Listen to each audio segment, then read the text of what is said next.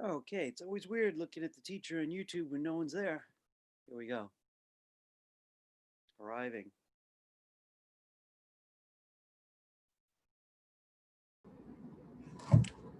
Good afternoon. Hello, let's give everyone another minute or two just to get in, get settled.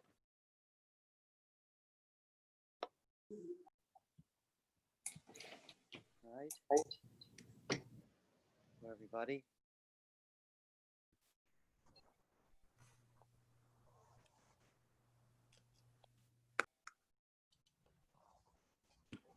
All right, everyone's arriving. Let's give everyone another minute or so.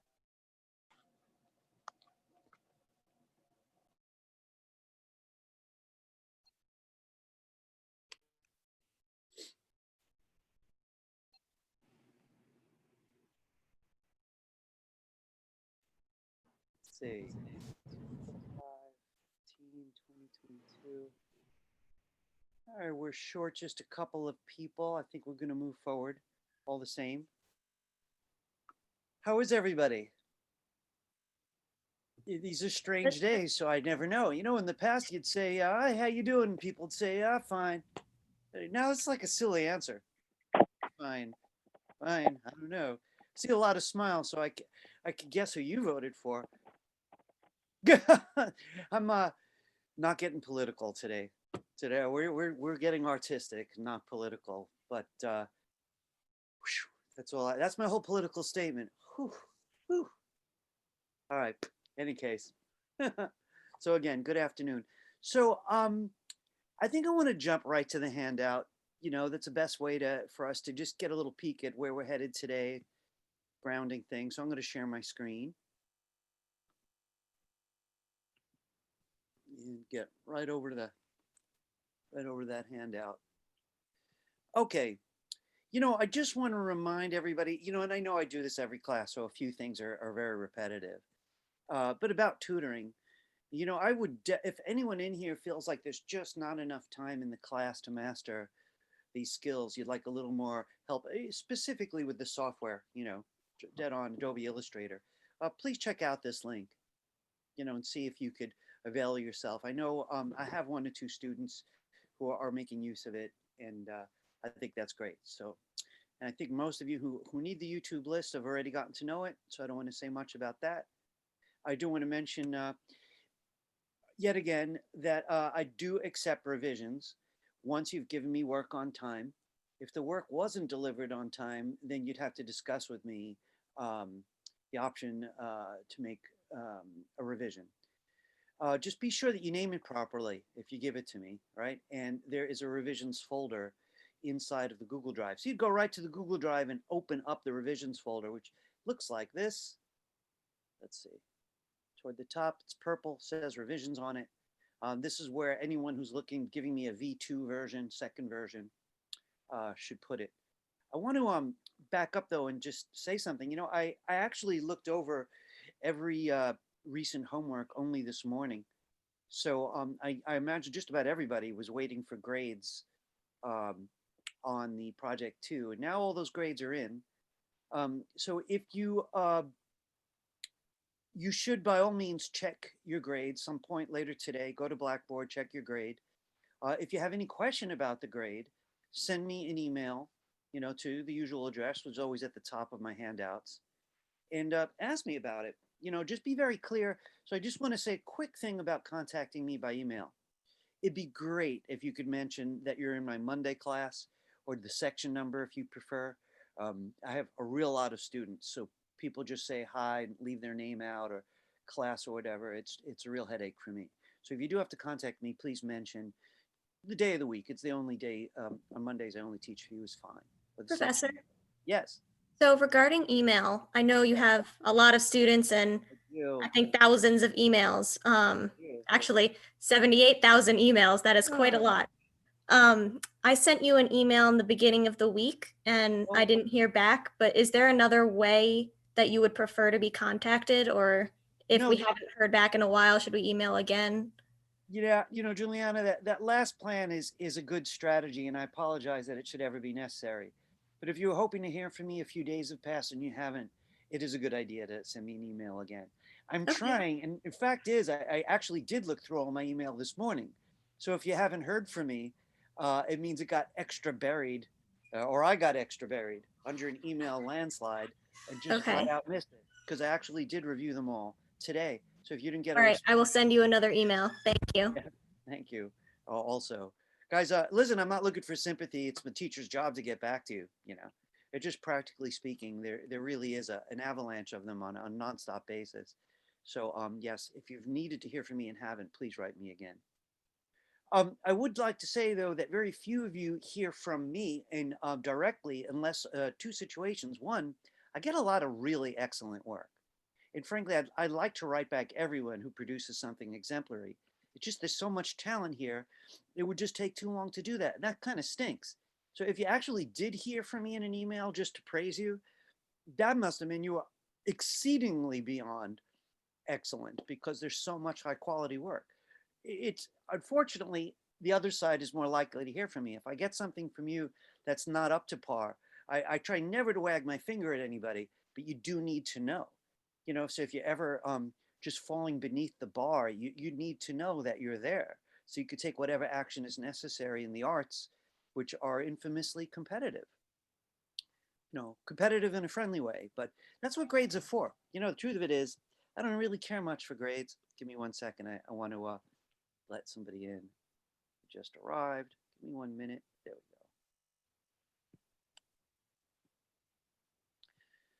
You know, real quickly, you know, grades are kind of silly, especially in the arts. You know, you're in a math class that it's pretty clear. You got this many right, this many wrong. Here's your grade. But this is an art class. So if I had a guest teacher in to grade you, they'd either be higher or lower, and they surely would be different. So you always have to take the teacher's grade in art school with a little bit of sugar on it. So, and frankly, I grade high, you know, to be honest. So, you know, if you got a low grade, I'm really telling you that, you know, you have to work harder or dig deeper or what, or spend more time or something like that to meet the average quality at this very talented school. So, all in all, check your grades later. Most of you are going to be very happy. A couple people might not, but by and large, they were outstanding. So I want to drop that subject. The only reason I bring it up right now is if you got an 80 and you really thought it was deserved 100, you'll have to address it either with me or with yourself, you know, or the both of us. But there will be an option for a revision. So there you have that. Like you're not busy enough. I'm sure everyone loves to do revisions, but it's available. Okay, let me get this out of here. All right, so yes, about the optional revisions, go to the usual links, right? And you'll see the revisions folder. And just make sure it has the original name with V2. One more thing, I'm gonna make this really quick, right? If you don't read the box before you send in work, you're pretty much saying to yourself that you don't expect to succeed. I literally have gotten 2 pieces this semester that said vectorgraphics.ai. Like I have any idea what project, class, or person that is. So again, you know, again, if you're that type, you got to look at it again, you know. I know life can be very hard. Sometimes an alpha A type person is having a C time semester, you know, and because you know it's a weird C for COVID, maybe, I don't know. But you know, you really have to face it. That check those boxes, right? Make sure that you know what you're doing before you hand anything in. I want to move on though, because this is all behind us, really. I want to tell you what we're about to do. So I want to ask you guys something. We've never done a breakout room together, have we? Now, because late in the semester, I also get, you know, kind of woozy, especially today, because I really looked over everyone. And that's in 3 different topics and over 100 people. But I want to do some breakout rooms. I want to tell you what's on my mind. I'd like to make it as succinct as I can, but also as human as I can. You know, in a perfect world, your art classes would never have more than 12 people. And, you know, the main difference would be you would, for one, technique classes, which I do a lot of, new techniques, they'd go faster. But the value would be there'd be more time for critique. So in the first project and the second project, we actually had 2 critiques each, one a week before it was due, and then the week it was due. That's a lot. If we only have 15 classes, So if I did that in all 4 projects, we'd only have 7 classes to learn new technique. And it's an old argument. What's more important? You know, the critiques, so you can learn to critique yourself, you know, have increasing insight, or the techniques. No one agrees on this. I love a 50-50 marriage myself. 50% about looking and learning how to see at deeper and deeper levels, and 50% new tools. And I know a little bit about a lot of schools, so I could tell you how different they are, how they stand. If anyone has a comment, you know, you could always let me know if I'm not catching it in time. So in any case, we really don't have time for me to do that. And I know some of you are grateful because I go on and on. Oh man. But in any case, it's a bit of a gamble, right? Oh my God, I didn't even get to talk to the teacher and it's due before you know it. So what we're going to be doing for the rest of the semester is making a little bit more use of breakout rooms. Now I've done this in a number of other classes, but only recently. I'm not the expert on Zoom. I don't teach Zoom. So I've only recently learned how to even create breakout rooms. And for those of you who haven't tried it, here's what it's going to be like. I currently have 1, 2, 3, 4, 5, 25, 29, 28 students. I think I'm going to break it up into 5 groups, right? So that means you'll have 5 or 6 people depending on what group. Now, this is what I'm going to ask you to do, right? In a couple minutes, I want everybody to have the file open, right? Now, I got a couple things for you to do first, but I want you to, in a couple of minutes, I'll give you a heads up. You have to open that file in your computer before the breakouts room. So this way, when your turn comes, you could show it to people without fumbling all over. Oh, let me get it. You know, that kind of thing. It's got to just be open before we switch to breakout rooms. I'm going to give you 20 minutes, which is kind of a lot. Let me just make sure that that is what I mapped out here.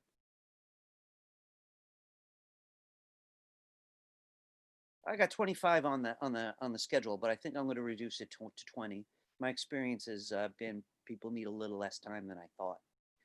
When time comes, though, right? The first brave person says, "I'd love to go first,"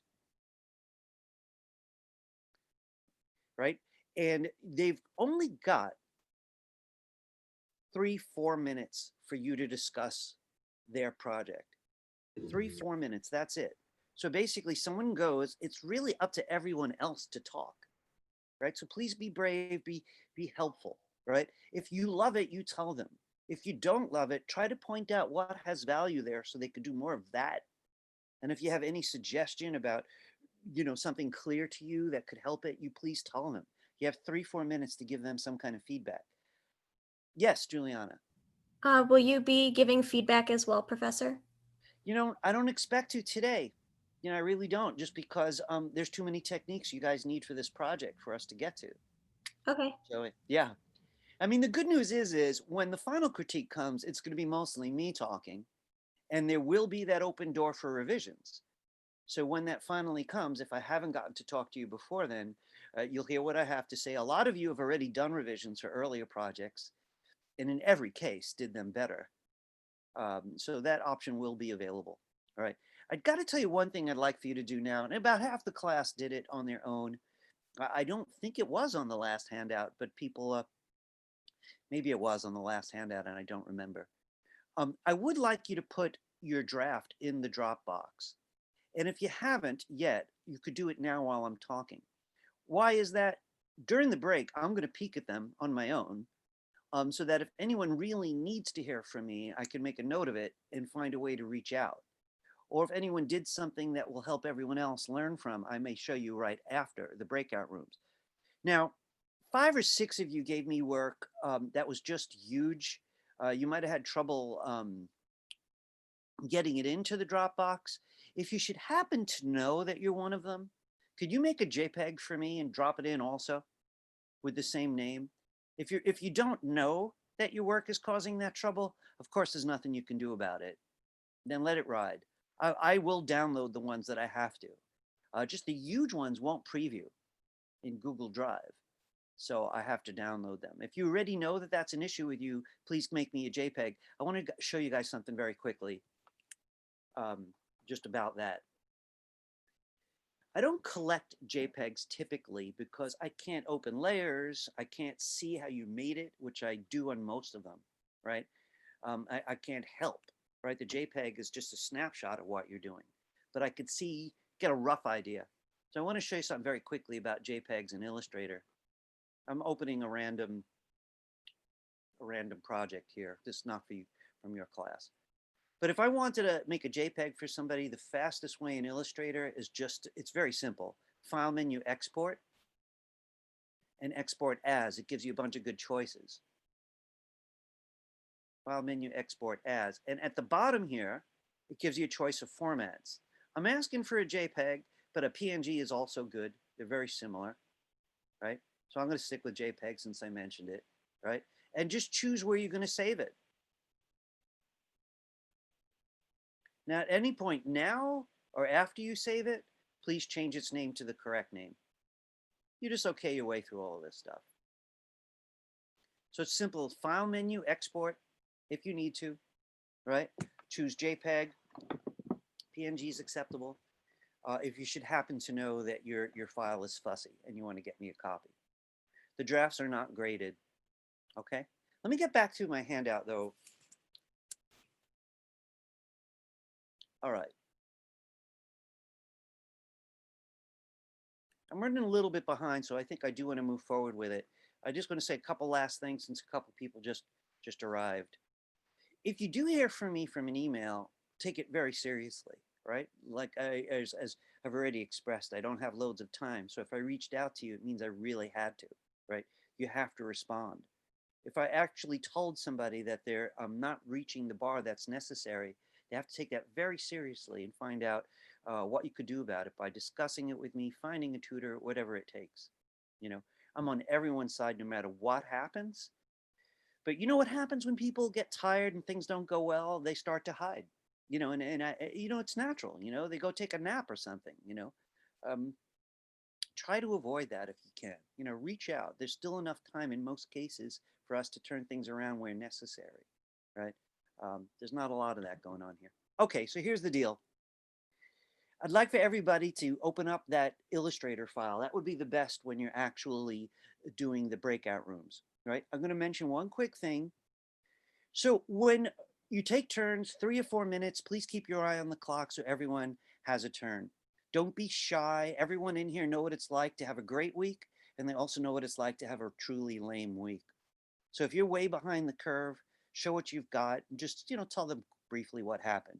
There's still time to catch up, right? It's up to everybody else to tell you what they like best and why, and what can be improved and how, at least as best they could say. You got 3 or 4 minutes to share. So here's the deal. Open them up now. It's going to be randomly selected breakout rooms, right? At about 60 seconds before the breakout room is up, you'll get a message from me telling me that's about to happen, and it'll be very clear how to re-arrive.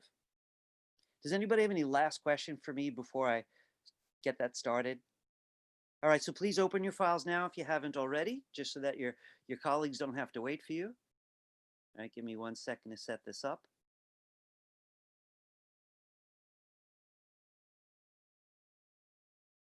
Takes a minute just to rev itself up, so give me a second. There we go.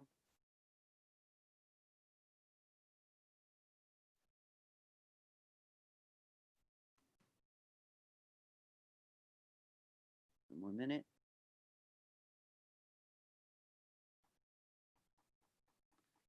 All right, I'll see you guys soon. I'm going to pop in and say hi, but I'm not going to spend long. I just want to make sure that everybody's situated.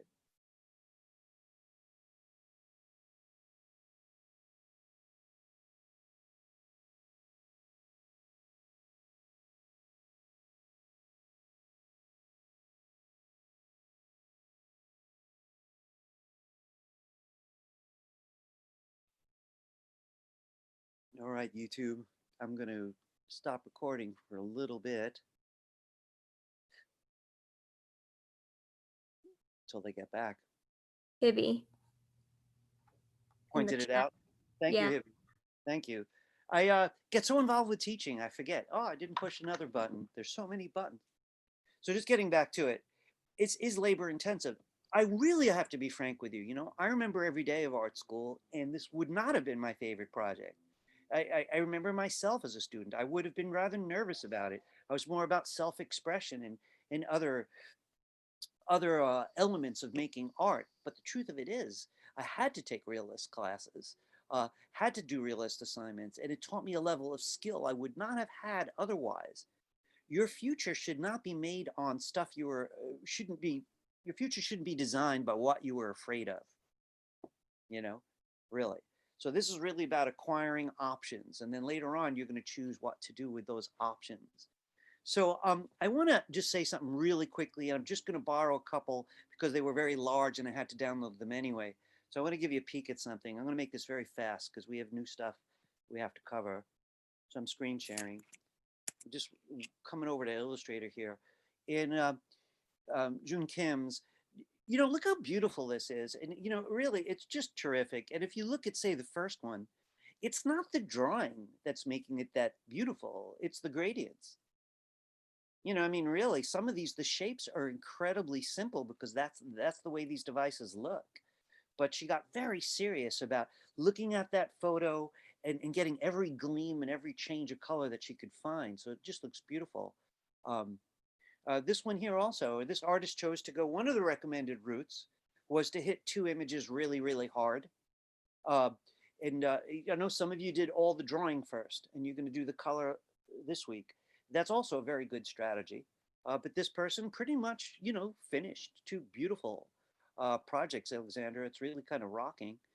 By the way, I love the way the composition's starting to work. It's just so interesting that the top view of this device makes such a nice shape to fit next to this one. So they've got this beautiful negative shape between the two of them. It's interesting to see how the rest is going to play out.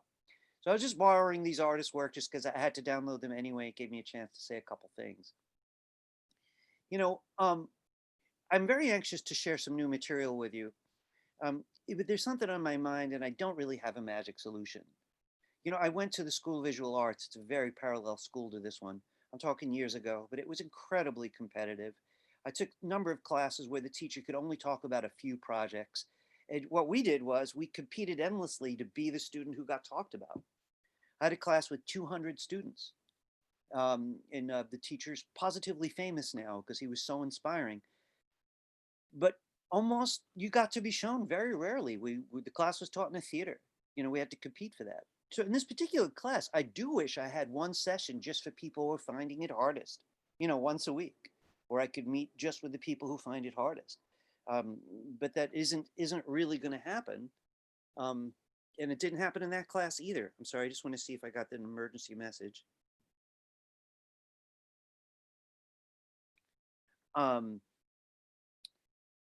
So again, please reach out to tutors if you can. Please send emails if there's anything dramatic going on. You know, give me a chance to see if there's anything I could do or use the tutors to do it, right? So I'm glad that some of you found the breakout rooms helpful. Folks, we have no choice though. There's more techniques. It's a big project. Next week we'll get to look again, and then the following week it's due. So we have 2 more weeks. It's a lot more time than we had on the prior project. So that's the good news. Let me get to the handout though. So I want to show you some new stuff. Let me get down here. So patterns. Just to double check, because your teacher, my mind starts to melt around week 10, week 9, week 10. So I like to verify with you. We've not touched patterns at all as a group, have we? Everyone, join me in Illustrator then. So let's all go head into Illustrator. I'm not too picky today about what size the document is. So just about any size is fine. I think I'm just gonna use a letter size document. So I'm gonna get it from here or file menu new, just click letter size and you're good. All right, now I wanna begin by showing you something that's gonna require the Swatches palette. Could everyone go to the window menu, unless it's out, and get the Swatches palette? The Swatches palette has a real lot to do with pattern making. Just give me a minute, drag this over here. All right. I want everybody to join me on a quick experiment so you can actually get a taste of what I'm talking about. Leave your Swatches palette out. I'd like you to get your ellipse tool, maybe hiding under the rectangle tool like mine. You could always press L just to get right to it. Now what I want you to do is just draw yourself a few small ellipses. I'm going to give mine a fill color. You might want to do the same. Notice the size that I'm working right now and try to imitate it, right? So I'm not making any rules about size. I just want you to see something right away, just to get this right off the way. Just a few ellipses is all you need, right? We're ready to move forward. I'd like you to switch to the black arrow and watch this weird maneuver that I'm asking you to join me in. I'm going to select these few ellipses I just made, and I'm going to drag them all places. I'm going to drag them onto the Swatches palette. So I just took my 5 little ovals that I made there, and I'm dropping it right on the Swatches palette. I'm getting a green plus sign. And if you look carefully, I just added a swatch. Now to actually use it though, I'm just going to delete these. I'm going to move mine off just in case I want them again. But they're not artwork. They were just the artwork to make what we call a pattern tile. So how do you use it? I'm going to do this twice. I'd like you to make a big rectangle on the stage this time, something large. And of course, we know we could use any swatch, right? We've even got a taste of the gradients that are in here. And it also comes with sort of ugly patterns. Well, not ugly, but limited, right? These are 2 patterns that came with it, but the next one would be yours. Now, I have more to say about that naturally, right? But let's get one thing out of the way. That's pretty damn cool. Now, how can you make a pattern? What can you use and what can't you use? Well, the number one rule is don't make a pattern that has objects with a pattern, right? Like, how would that go if I'd filled my 5 ovals with a pattern and tried to make another pattern out of it? Illustrator's not going to let me do it. But what I would like to say is many of the weird features we've tried and features we're going to try today will work. So if one doesn't, if you drag something in there and Illustrator, sorry, can't make a pattern out of that, it'll pop right out. It'll just jump out of the Swatches palette. So what I'm saying is try anything. If you like the idea of making patterns, try anything. Any object you try. If it doesn't work, take a note. Okay, that feature didn't work. So I want to show you a couple things more. So I'm going to ask you to leave that big rectangle out there. And if you didn't get that the last time, try something different with me, right? I'd like you to get the pencil tool.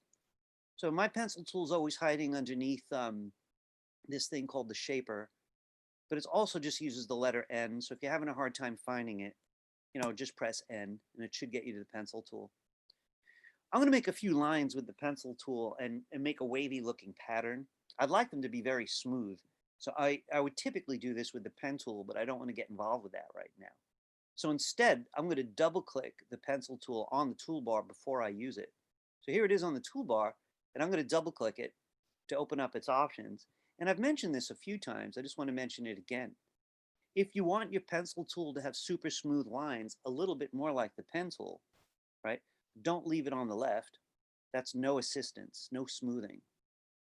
The middle is sort of what we're got used to, a little bit of smoothing. I usually go here. If you go all the way to the right, you can't draw angles. It's just too smooth. So I usually stop here. I'm going to click OK. Now, a few minutes ago, you saw the rough size I was suggesting for a pattern tile. So I'm going to ask you to imitate that size. If you feel like improvising a little bit, just keep it small. You could add anything you want to this just about, but I'm keeping it simple because we don't have a lot of time. Once your pattern sample, let's call it a pattern sample. Once the pattern sample is ready, get the black arrow, select the whole sample, and then you simply drag it back onto the Swatches palette. And it's dark, mine. It's hard to see. I'm going to make mine a larger so you can see it. I hope that doesn't confuse anyone because I don't usually do that. Here they are. I use this little menu in the top right, by the way, to change the size of these little thumbnails, swatches. But to really try it out, let's click that big shape with the old pattern in it. Since we can switch patterns and swatches, go to the new one. All right. So I want to say something. The tool that I'm most anxious to get busy with is the brushes, but I still don't have time to do it because frankly, those lines are boring. They're all 1-point boring lines. If they were, fluid like real brushes, thick and thin, it might be more interesting. But for now, I'm going to suggest that you try anything you want and see how the tile works out. I just want to say a couple more things about it and drop it for today, but we are going to continue a little bit more next week, right? At least that's my plan, right? A couple things about these. Most illustrators, I consider myself an illustrator. Most of people like myself, we don't make a lot of patterns, but people who in fashion make a lot of patterns. So if any of you are heading into being a fashion illustrator, clothes have a lot of patterns, and you're going to have to be an expert on patterns. You're going to have to know more than I know, right? Because I don't do that kind of work. The subject is repeat tiles. Like you notice, you could see where mine are repeating, right? And if you're doing a shirt, maybe you like that, maybe you don't. Or if you're doing wallpaper. So there's an option called, let me just think about this. Pattern edit mode, which I've not dabbled with because my fields don't use it. Pattern edit mode, but it's really cool. And we may take a quick peek at it next week. For now, I want to say play, experiment. And if you're interested in patterns, do some research specific to Adobe Illustrator. By the way, when I search in Google and I want the answer to only be about Adobe Illustrator, in the search, I include the words Adobe Illustrator in quotes. So it's not going to give me similar information from Photoshop or Premiere. All right, I want to show you a couple quick things though while we're here. Both the tiles you made, and if you'd like to check them both out, you can make yourself another big box. So this is like any drawing, and you could put one each. I want to show you something about it. One thing they both share is we didn't give them a background. And I'm really fond of patterns that don't have a background. And the reason I like them is this. If you put a big box over your patterns and fill it with a flat color, because it's going to look very confusing. See what happens when you send that box to the back. Command left bracket we use a lot. Some of you guys got really used to Command Shift left bracket, which will send it all the way to the back. So you could see how many things I could do with these patterns because they have a transparent background. I could send anything I want behind them, even something like that or that. So I have a lot of possibilities about how I use patterns, and that's just a little beginner's taste of it. Does anybody have any questions for me about patterns though? So, I got to tell you something. I don't use them much, but sometimes I use them and I have a lot of fun with them. Next week, I'm going to show you where you can get built-in patterns.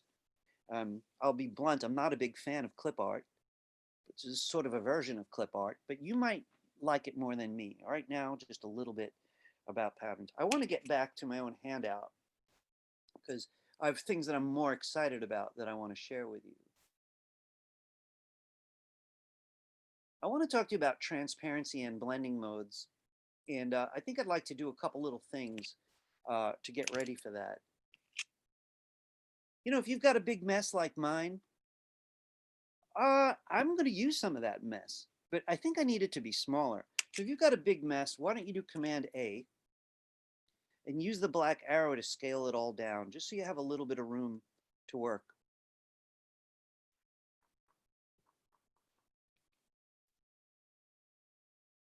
I'd like something simple before we start trying blending modes, and I'm going to ask you to draw a simple profile head with me.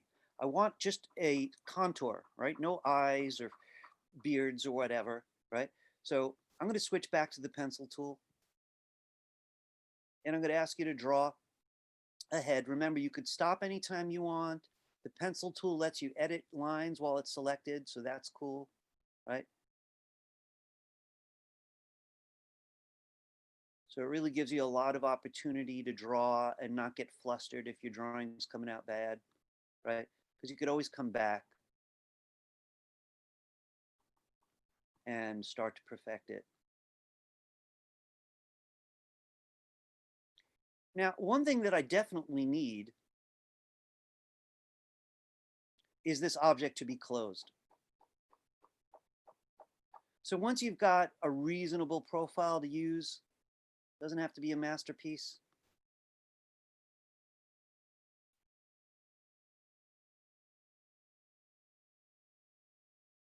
Make sure it's closed, right? So I closed up that neck almost the way it might look in a collar.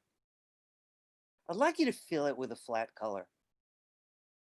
Any flat color you feel like using.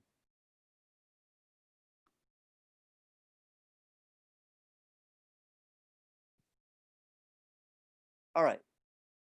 I want to talk to you guys about transparency versus blending modes. So what I want you to do with me next is open up the transparency palette. I'm hoping by now everybody realized that all the palettes are under the window menu, you know, swatches and just about everything. So this is a palette, meaning you could leave it out. So let's go to the window menu and get transparency. So it goes in alphabetical order. So go down to T and open transparency.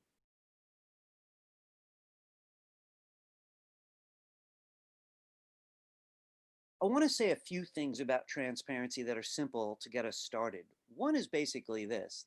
If you took that head you just made and went to the transparency palette, you could see the area that says opacity. Now, I want to be clear because we have a lot of students in here who are multilingual. And gosh, that takes a lot of brain power to speak so many languages. I'm not sure everyone's used to these particular words. So let me be very clear about it. Something that's opaque is the opposite of something that's transparent. But for us in design, low opacity, right? Anything under 100 is the same as saying it's transparent, right? So opacity, transparency, they're just two ways to talk about the same subject. So if you select yours, make sure the fill box is in front. So we always look at the toolbar. We're only talking about fills right now. I'd like you to go to the opacity palette and lower down the opacity maybe halfway. Now, right now, my head just looks like it's pale. But if I drag it over the other objects, remember, it's the last thing we drew, right? So that means it's the topmost object. It's not going to be behind anything. I'm going to drag it to prove something to you. It's transparent. So transparency is incredibly cool, right? It's a little bit of transparency here. Here's a lot of transparency, right? I want to say a quick word about it. In Photoshop, if you want to work with transparency, it works on a whole layer. So the only choice you have in Photoshop is to get something on its own layer. You make the layer transparent. In Illustrator, you make any object you want transparent. Is everybody good with that?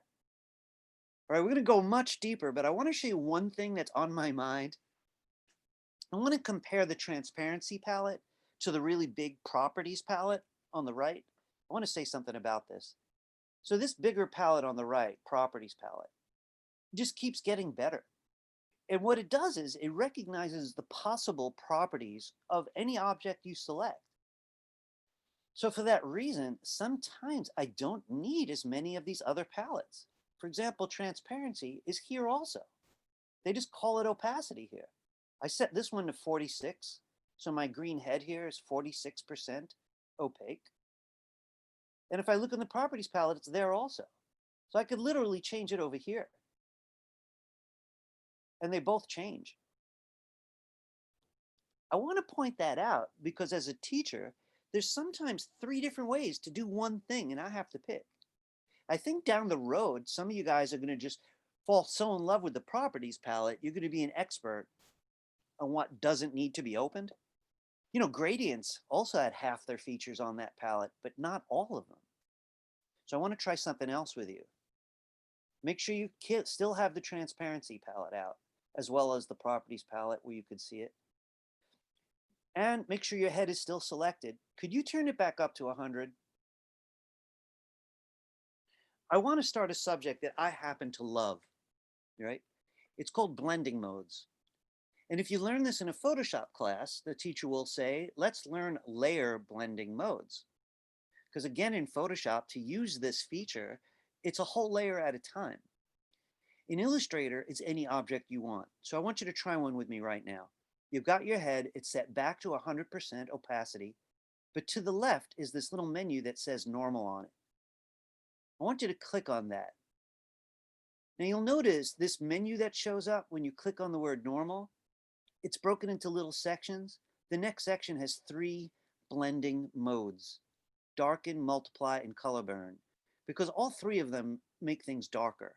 Could you go to the one called multiply? Now, if your object's overlapping other objects, you're seeing how multiply affected everything beneath the blended object.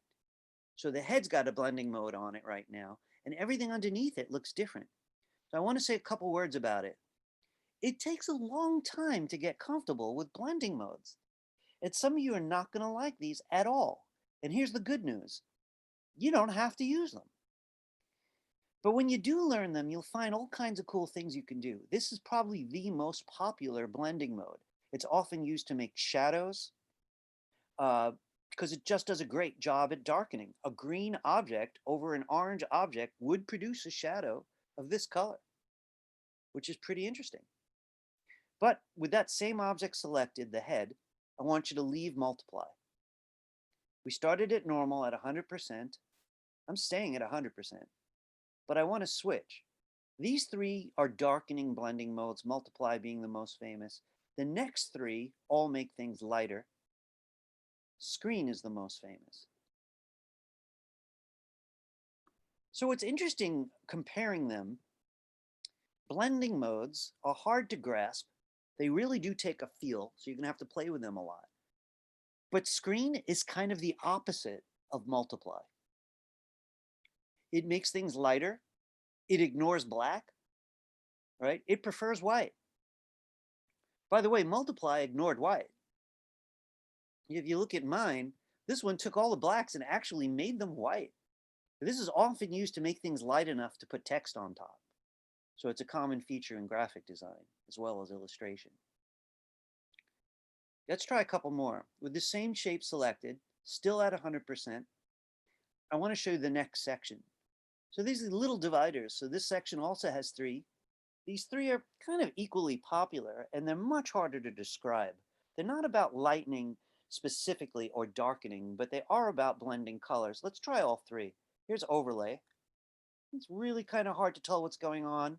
I definitely lost most of my green, but I am seeing it, the contour. So it's interesting, but hard to describe. I want to try out the next one, soft light. In this case, it looks much different. On mine, it looks smoother though. And hard light, which is usually a little noisier. And this time, it's not.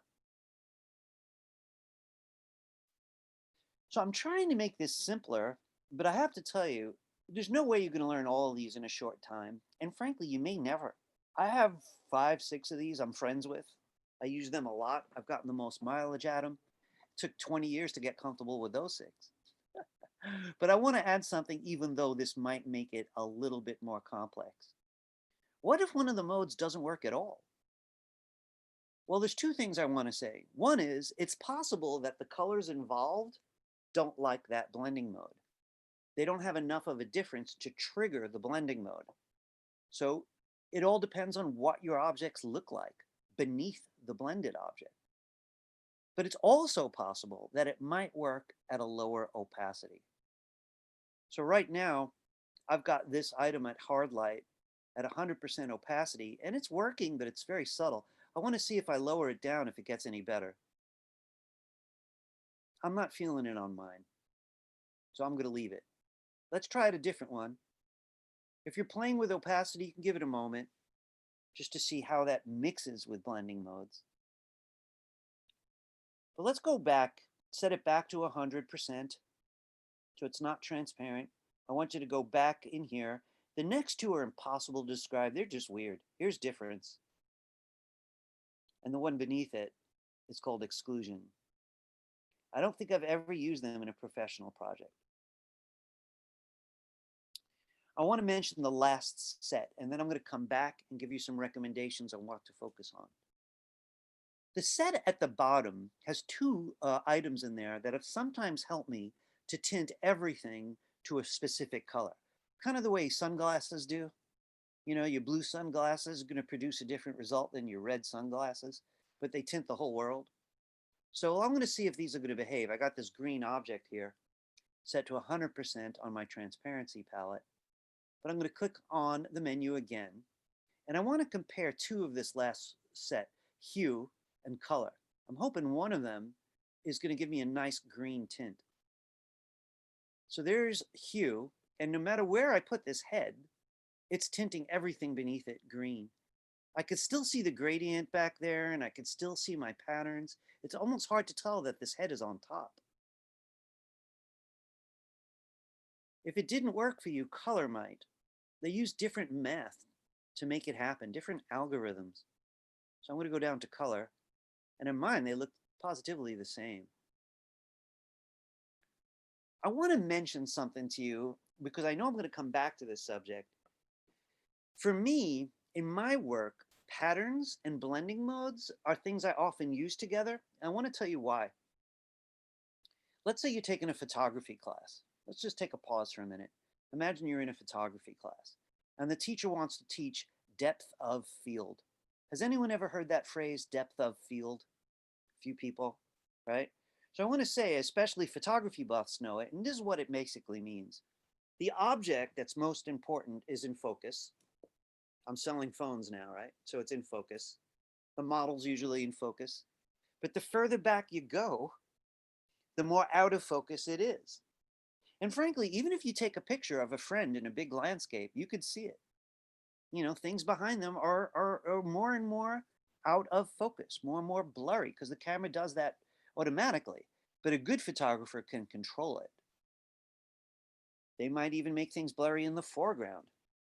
Now, in terms of illustrators, if something's too complicated in your background, it almost always fights with the star of your illustration. So I'll find myself doing stuff like this. And if you want to try this with me, right, let's save the head and get rid of everything else. So I'm just clearing my screen. I'm saving the head though. I'd like you to do the same. Next to that head, I'd like you to make a rectangle and use one of the patterns that are on the Swatches palette. We're going to learn more about these later. There's only two patterns that the Swatches palette come with. So you could try either one. I'm going to use this one here. I think this is better for my demonstration. That's a complicated pattern. It's hard for me to imagine that helping me if it's behind an important character in my illustration. But what if I really wanted to use it? Well, here's one possibility. You could always put a big rectangle over your pattern and give it a flat color. Now, something happened on my screen right now that probably did not happen on yours. Could everyone let me borrow your mind for a minute? I've been having a problem, and I thought it was the new version of Illustrator, but my other students say I'm wrong about that, and I think I'm wrong. This rectangle should not have shown up with the blending mode. It's a new shape. When you put a new shape on top, did it have a blending mode or not? No, right? And if yours did not, your computer's behaving. I looked all over the internet to see why mine, this is called inheriting, why did mine inherit the last blending mode when none of my students' computers are doing that? Well, if your computer's like mine though, you just got to keep your eye on the transparency palette. If you don't want the blending mode, have your new object, selected and go to the transparency palette yourself. Normal is what you should have gotten the first time. When you make a new shape, it's supposed to show up in normal mode. Many artists have never even heard of blending modes. They're in normal all the time. I don't know what's up with my computer, but if yours does the same, just know you could always switch back to normal. All right, but the goal was to make this pattern behind it more subtle. And yeah, I could just lower opacity, but it looks milky to me. You know, I could see how that could be perfect in some illustrations, that's true. You know, maybe that's good enough. But if it's not, leave the opacity at 100. You're starting at normal. This is a trick that I use. I call it the veil trick. And I'd like you to try multiply. It gives me a nice image. It's cutting back on the complexity. This is screen. Multiply and screen I'm comparing. I'm going to go ahead and try overlay next. It's overlay. So far, that's my favorite. Really made it quiet. Soft light, hard light. Hard light didn't work, but it might if I lower the opacity. So I'm going to bring that back up. Here's my main point. All these blending modes blend the pixels you're choosing with everything behind them, no matter where you move it. If you read articles on what each blending mode means, you're going to pass out because they're incredibly boring science.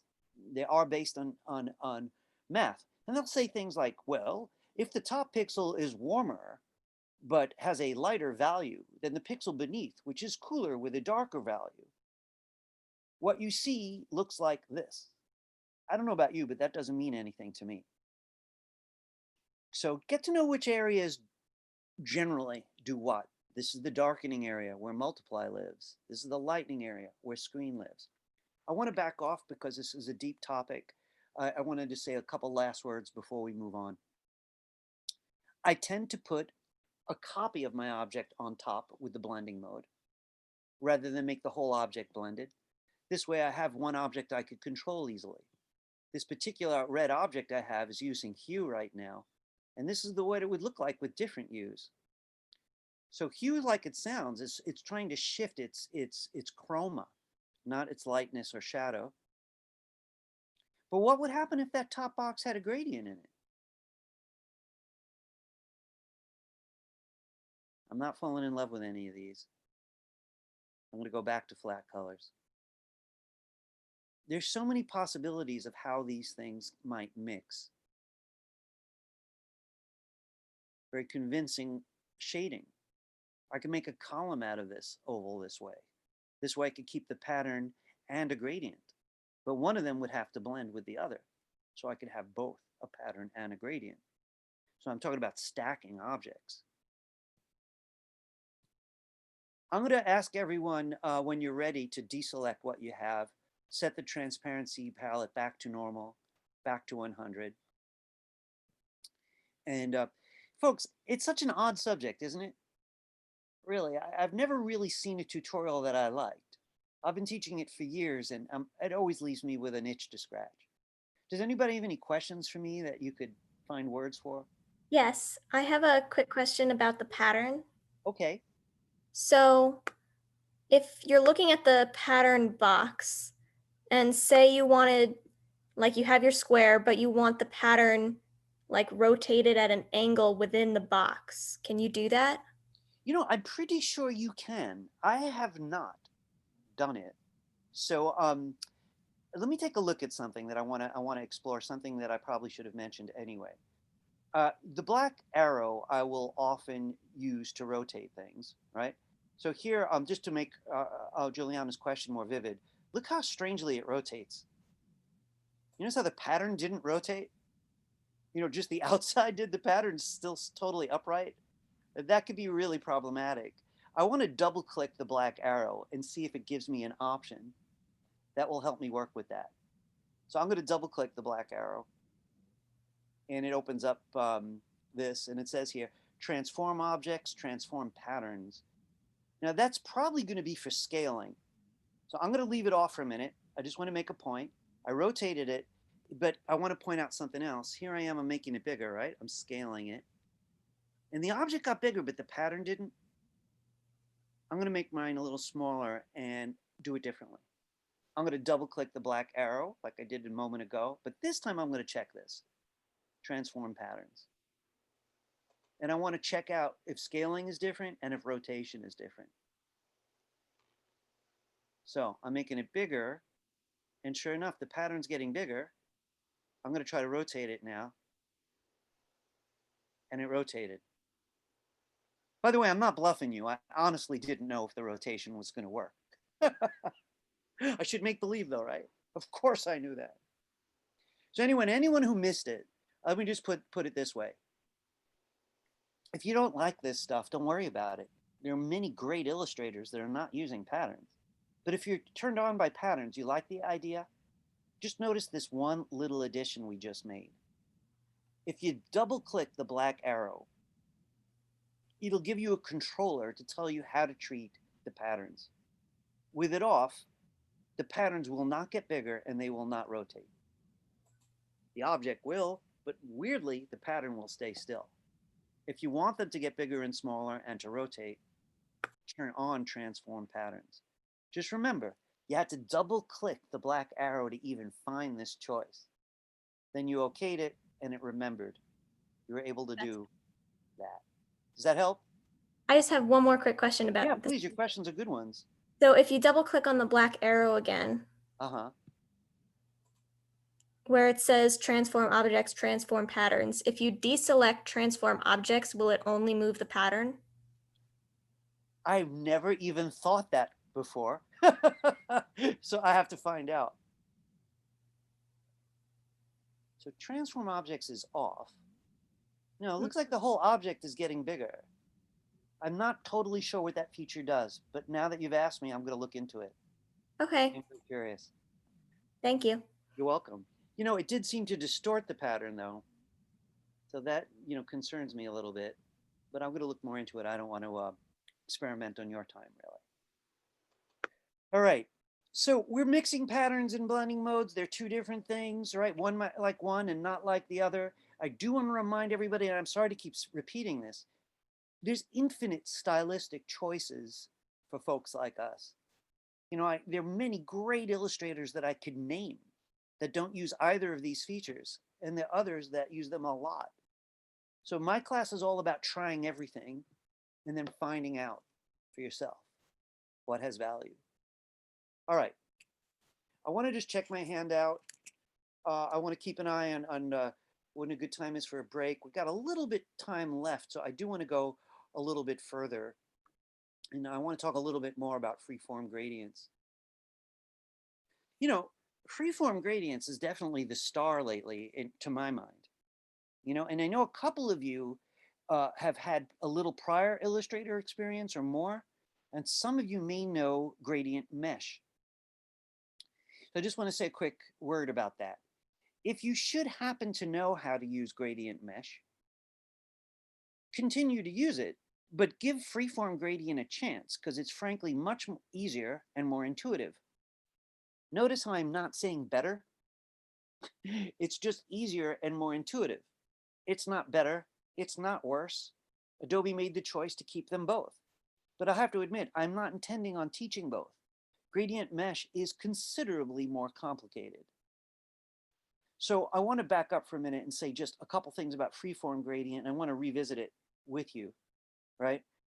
One, I'm not an expert at it because I'm an expert at the prior tools. It took me a while to accept that, in my own opinion, this new tool is better.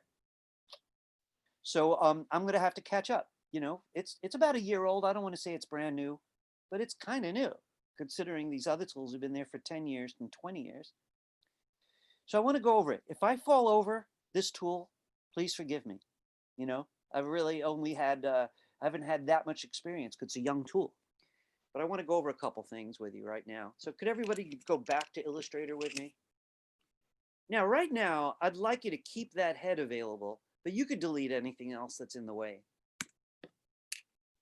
So right now, I'm just cleaning up after myself. Guys, I want to interject a favorite shortcut you might like. Command 0 or Control 0, all of you should know.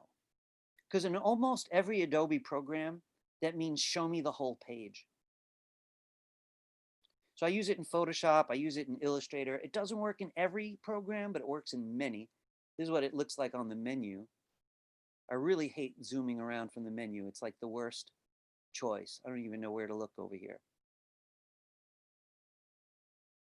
They don't even have it here. All right.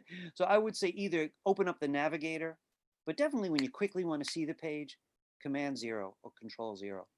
All right. I'd like you to get at that head, and if you lost it somehow, draw something new. It's got to be closed, though. To really get control of this program, you want to get used to closed shapes first. I'd like you to assign it any flat color, flat fill, be sure you got the fill box in front. Next, I want you to get the gradient palette out. If the gradient palette is not out, go to the window menu and find it. Right? It's in alphabetical order. So A, B, C, there it is in the G's, gradient. So let's stop for a second. There are lots of tricks because the tool is young, but people have been playing with it. So there's tips all over the internet about different ways to use it. What I want to say now is the two main features you want to address are points versus lines. I'm going to focus on points right now. It's by far more friendly, and I want to focus on it a little bit. So how do you switch from this flat color to a freeform gradient? Well, there's two different ways. One, you can go right to the gradient palette and click this third type. Give it a moment. And it turns it into a freeform gradient. So I'm going to Command Z that. One method is select an object, bring the fill to the front, right? So I'm talking about the toolbar. The fill box is in front. Here are the three types. We know about linear. We know about radial. This is freeform. You could click it and wait a moment. All right. It's interesting. It gave me a different color this time. But I'm going to Command Z. The other way is to go to the toolbar. It's on my left anyway. This is the tool we've been using. You should all be experts to some degree on this tool by now, really. But you could press the letter G if you can't find it. The other way is to just take the gradient tool and click on the object. Or double click. You can just give it a minute. Now in this particular case, it didn't know what kind of gradient I wanted, so it went to linear. No big deal. If you got the wrong gradient, just go to the gradient palette and click freeform. Give it a minute. All right, two primary ways to get started. Select the object. Always be sure the fill box is in front, though. And just click it on the gradient palette or double click it with the gradient tool. Now, once you're in, it gets a little weird because every time you click it, it gives you different colors to start with. I have no idea how it makes those decisions because I've seen it do it differently with two copies of the same exact object. But it's not hard to work with. So I want to point out a few things. Now, you should be in the gradient tool. You should have the gradient palette out. I'd like you to click on any of these points to move them. So any of the ones that have a use to you, you could move right away. Here's light ones. I'm putting light on this person's face. Here's dark ones. I'm moving them back. Mid-tone. And you move it around. You can see what it does. The light ones and dark ones, you're going to let them work with your light source.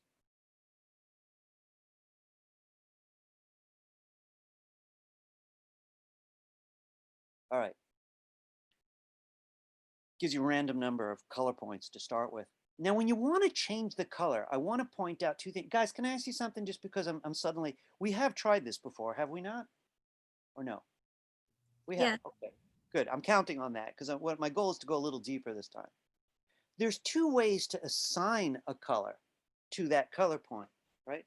One is more convenient, but it hides the artwork. The other one's less convenient, but you can see what you're doing. I want to make my point. Choose a point that you'd like to change and double click it. Now in this method, which I find very convenient, you could use sliders to make the change, or don't miss this, or you could move over to the left and choose swatches from here and make the change. Sometimes you might click one and then go back to the sliders to adjust it. That's pretty great. So no matter if you like sliders or swatches, you can go back and forth. When you like what you have, hit return or enter to accept it. I'd like you to use that method on another color point. So choose another one and double click it. If you want to start with the sliders, then you go right ahead. If you'd rather start with a swatch, do that instead. Even if you start with swatches, remember you could always go back to the sliders and adjust it.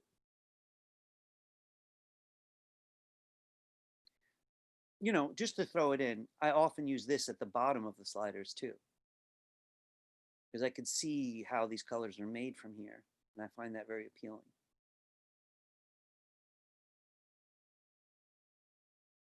When you like it, hit return. Now, the only thing I don't like about that method is it hid the guy's face. Didn't you see it? Right? And it's like if I want to really see what I'm doing, it gets pretty annoying. I'm going to prove it again. Right? I can't even see how this is affecting his nose. And this color stop is so close to the nose. So I'm kind of blindly choosing. So if you don't like that method, here's the other method. Don't double click it, just click it once. Go to the real Swatches palette, or the real color palette, which I thought I had out. I usually keep these out anyway. So if you click one of these once, you could use the color palette, again from the Windows menu, without hiding anything.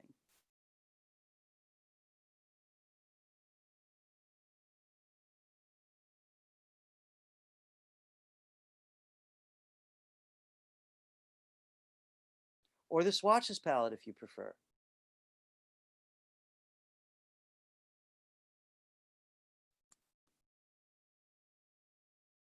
So you just click on the one you want to change to use these palettes, or double click it to use the built-in palette. You guys all right? All right. I want to show you some small detail that I find kind of convenient once I noticed it. If you click one of the color points and then make a new one, the new one will copy that color. So I would like to prove it to myself as well as to you. So click on one that you'd like to copy. Just click it once. To make a new one, go wherever you'd like to add the new one and click once. And sure enough, it borrowed the color. Now, that's pretty convenient. So anyone you want to copy, just click it, then make a new one. And it borrows the same color.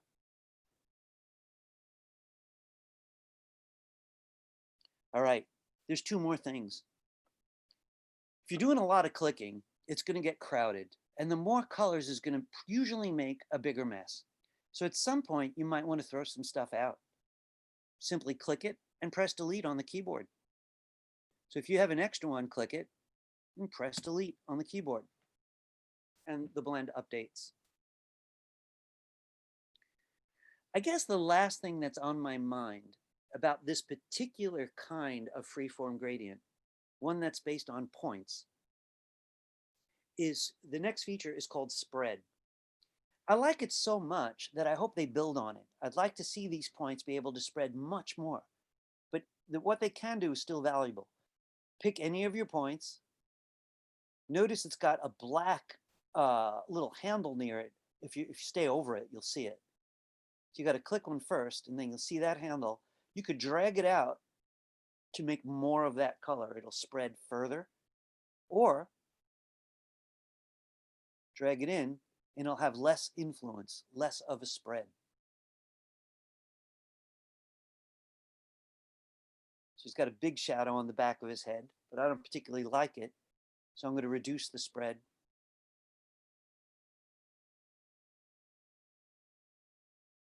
It's nice. I wish it spread a lot more and got really tight and really big. Maybe in CC 2021. Anybody have any questions so far about the freeform gradient? So I just want to mention this other feature. Now, listen, this is the one that worries me. I got pretty good at this one. This other feature is really cool, just a little bit harder to use. So I'm likely going to make a couple mistakes, but I don't want to keep it from you. So I'm going to try it.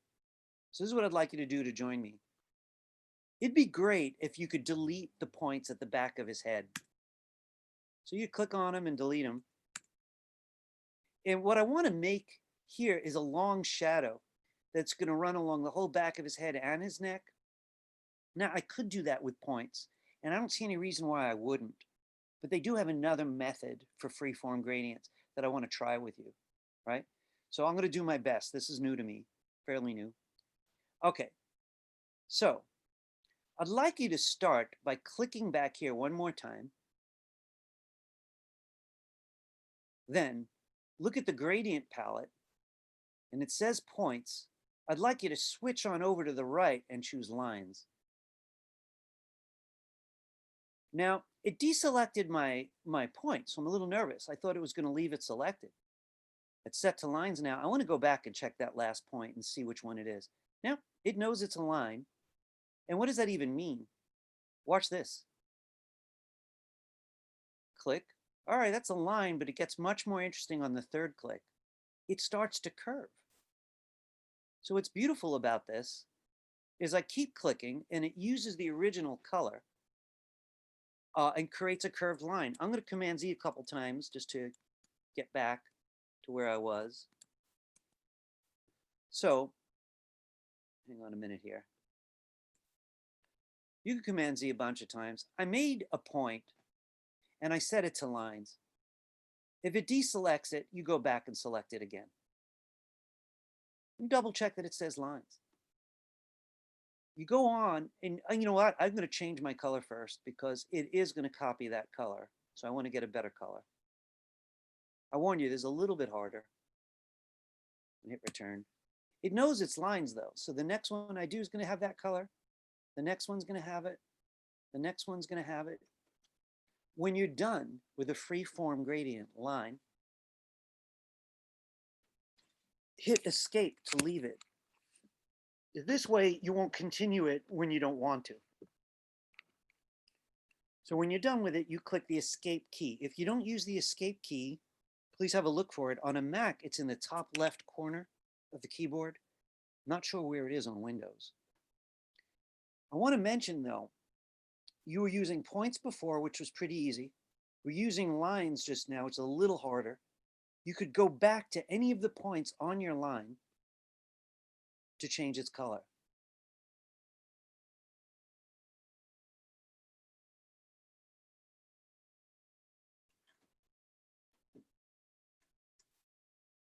So even though it's on a line, they don't have to match.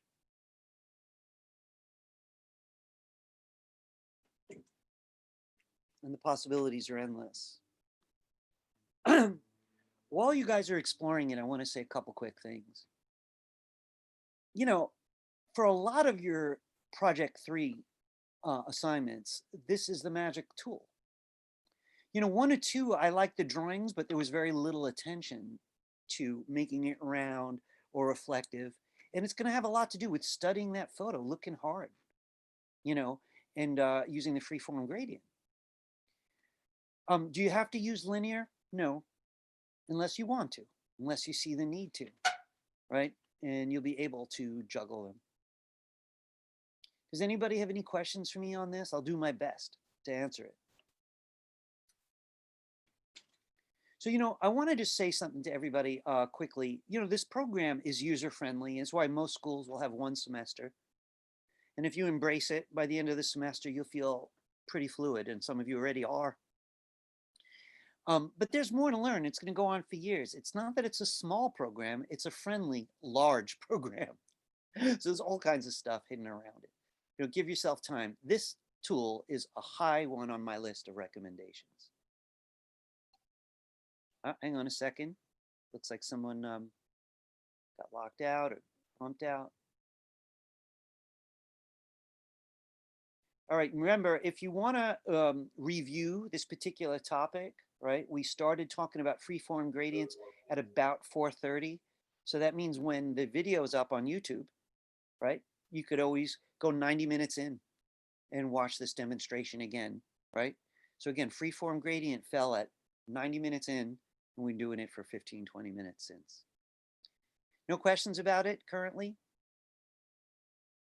Okay. I want to get a look at the handout. I think we're going to take a break. Let me just see where, you know, how much there's left to do, etc.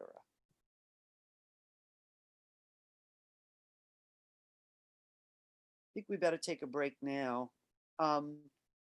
Let's call it let's say it's 4:50 now. You know, I think we have time today. Let's take a 20-minute break. We're going to start at 10 after 5. So please don't be late, right?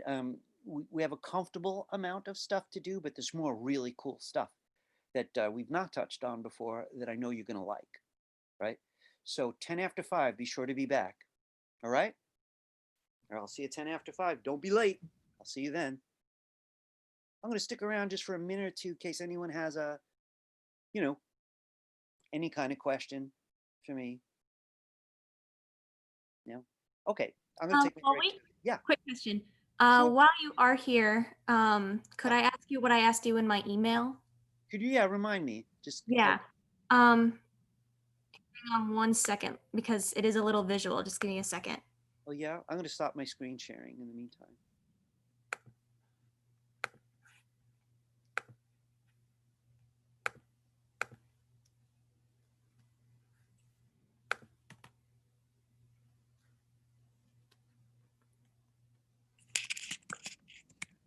Okay.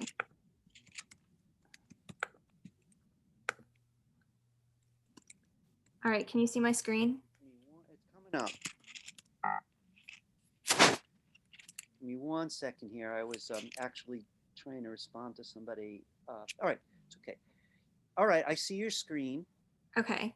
So in my email, I was asking your opinion on the different angles of the object. So I guess, what are your initial opinions of these 4? Well, the front view is clear as a bell, Yeah. right? The side view is This is the side view. is also clear as a bell, right? The angle view and the top view are more challenging because the object itself is so amorphous, you know? Yeah. So I do want to back up though and saying you're doing an extraordinary job with this. Oh, thank you. I'm loving it so much. I'm spending hours a day on it. Well, it looks it too. So I mean, eventually it may slow down your computer a little bit because there's so much data with these techniques. But I definitely think it's worth your time. It's just looking Yeah. great. The way you're going, you're headed toward the highest grade. So you're obviously learning everything that I want you to learn from it and more. So even if I'm like, oh, that 2/3 angle is a little hard to see, maybe when maybe if it's bigger, I could see it. And even if not, you're making your point rather clearly. And in fact, with a little bit of effort, I could see what it is. I could imagine where the shoulders fall. Okay. Once I see there, it looks to me like we're looking at it from a little bit from the back in that second view from the top. Yeah. So, like, I don't know. Can you see my mouse? Yes, I can. Okay. So here's the back and Right. then the side, and you're getting a speck of the front as well. And I actually did figure that out after a few minutes. It took me a little while. As same thing with the top view. I was even able to make out where the neck of the dummy is. Yeah. Like in a sense, like if there was a way to accentuate the neck in some way by taking some artistic liberty, Okay. if there's a way to do that, then I think everyone will be able to tell they're looking at it down from the top. Okay. Similarly, anything you think that can be accented with a little artistic liberty on the back view, it's not a back view, I'll admit, but the one that includes the back. I know what you mean. Yeah. That might be for the best. Okay. Look, this is going to blow people's minds no matter what you do, the way it's looking. Thank you. But really, about clarity's sake, if you really were doing this in the industry, it might be helpful to nudge clarity. Yeah. Okay. So, like, for one example, if I moved this mesh poof up a little bit so you see more of the shoulder. Well, that's a great idea. Yeah, I think that's a great Okay. idea. I mean, the other thing that I'm kind of wondering, like it really, the lighting that you chose was fairly even, right? Yeah, I actually put it in one of my light boxes. I did try playing with different like glaring lights, but I felt like it took away from the object more than added to it. That's the thing. And I have to say, like outside of light boxes and shooting products, for example, and even with products, to tell you the truth, people do a lot of 1-point lighting and 3-point lighting where they're trying to control where the shadows fall, not eliminate them. Like there's so much light that the shadows are largely eliminated. They're not entirely eliminated, so it's working. And it's subtle. And after all, it's a white and pink object, so we don't want to get all moody and dark about it. But Yeah. often people will control the shadows so that the 3-dimensional aspect of the object is clearer. you know? So like very often the nape of someone's back might be a little bit darker because the bend of the spine has it so much that the shoulders might actually be concealing a little bit of the light that the lower back's not going to get. Okay. So that's another way you could conceivably tweak this a little bit. But Yeah. all in all, I think you got a couple of ideas of how to move it further, and they're sure looking great. Thank you. And listen, by the way, Juliana, while I have a chance to talk to you, Yeah. you're a big contributor to this class. I want you to know your questions are very welcome. They're always on point questions, and it indirectly encourages your peers, to be more willing to talk. So really, you got a sharp intellect and a sharp eye, and I'm glad you're willing to speak. Thank you. Too. So Gianna, you go take that break, right? I'm going to see You you again too. and after. Okay. Thank you. All right, just turn off the screen sharing for me, and Yes. we're good. You got it.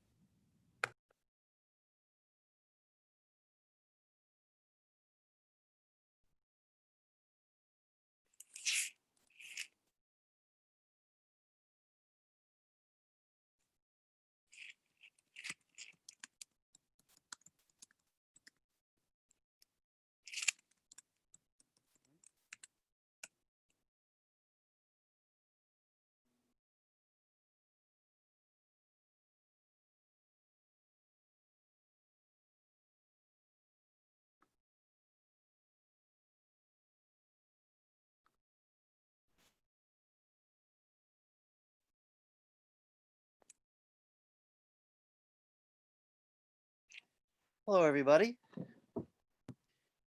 All right. I want to say here we are, class 9.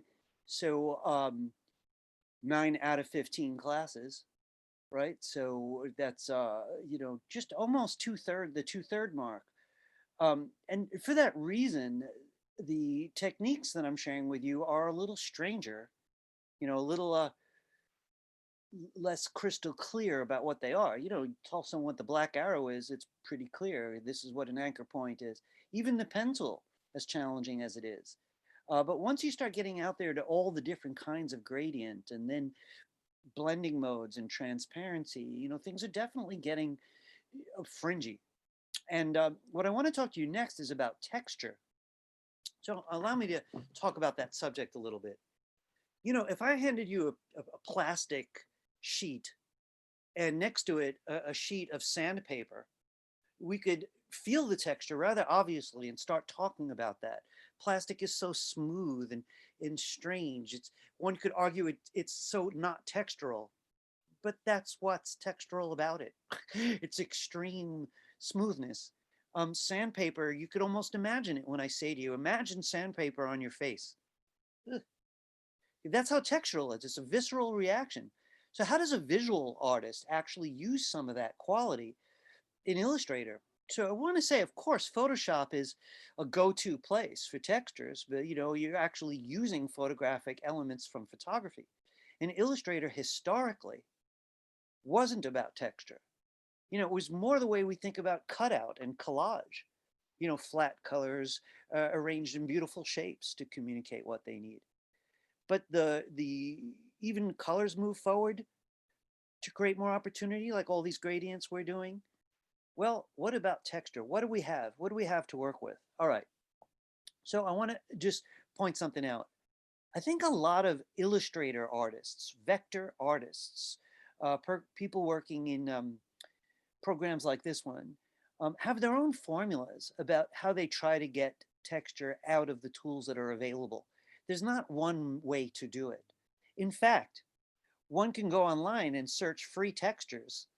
There's a lot of them showing up in Photoshop, and they're like pages of things that look like wrinkles or even blood splatters for that matter. You could find similar for Illustrator, and one would mix them with their work by using blending modes and transparency and masks, which we have still not gotten to. I want to show you what's built into the program though. Okay. All right, can everybody get back to that same Illustrator document you've been using? And I'm hoping that you still have the head we were using. Let's use it again. right? And if not, draw yourself something similar, a closed shape though. Now, if you have that head, what I would like you to do is get the black arrow and option drag a copy somewhere else.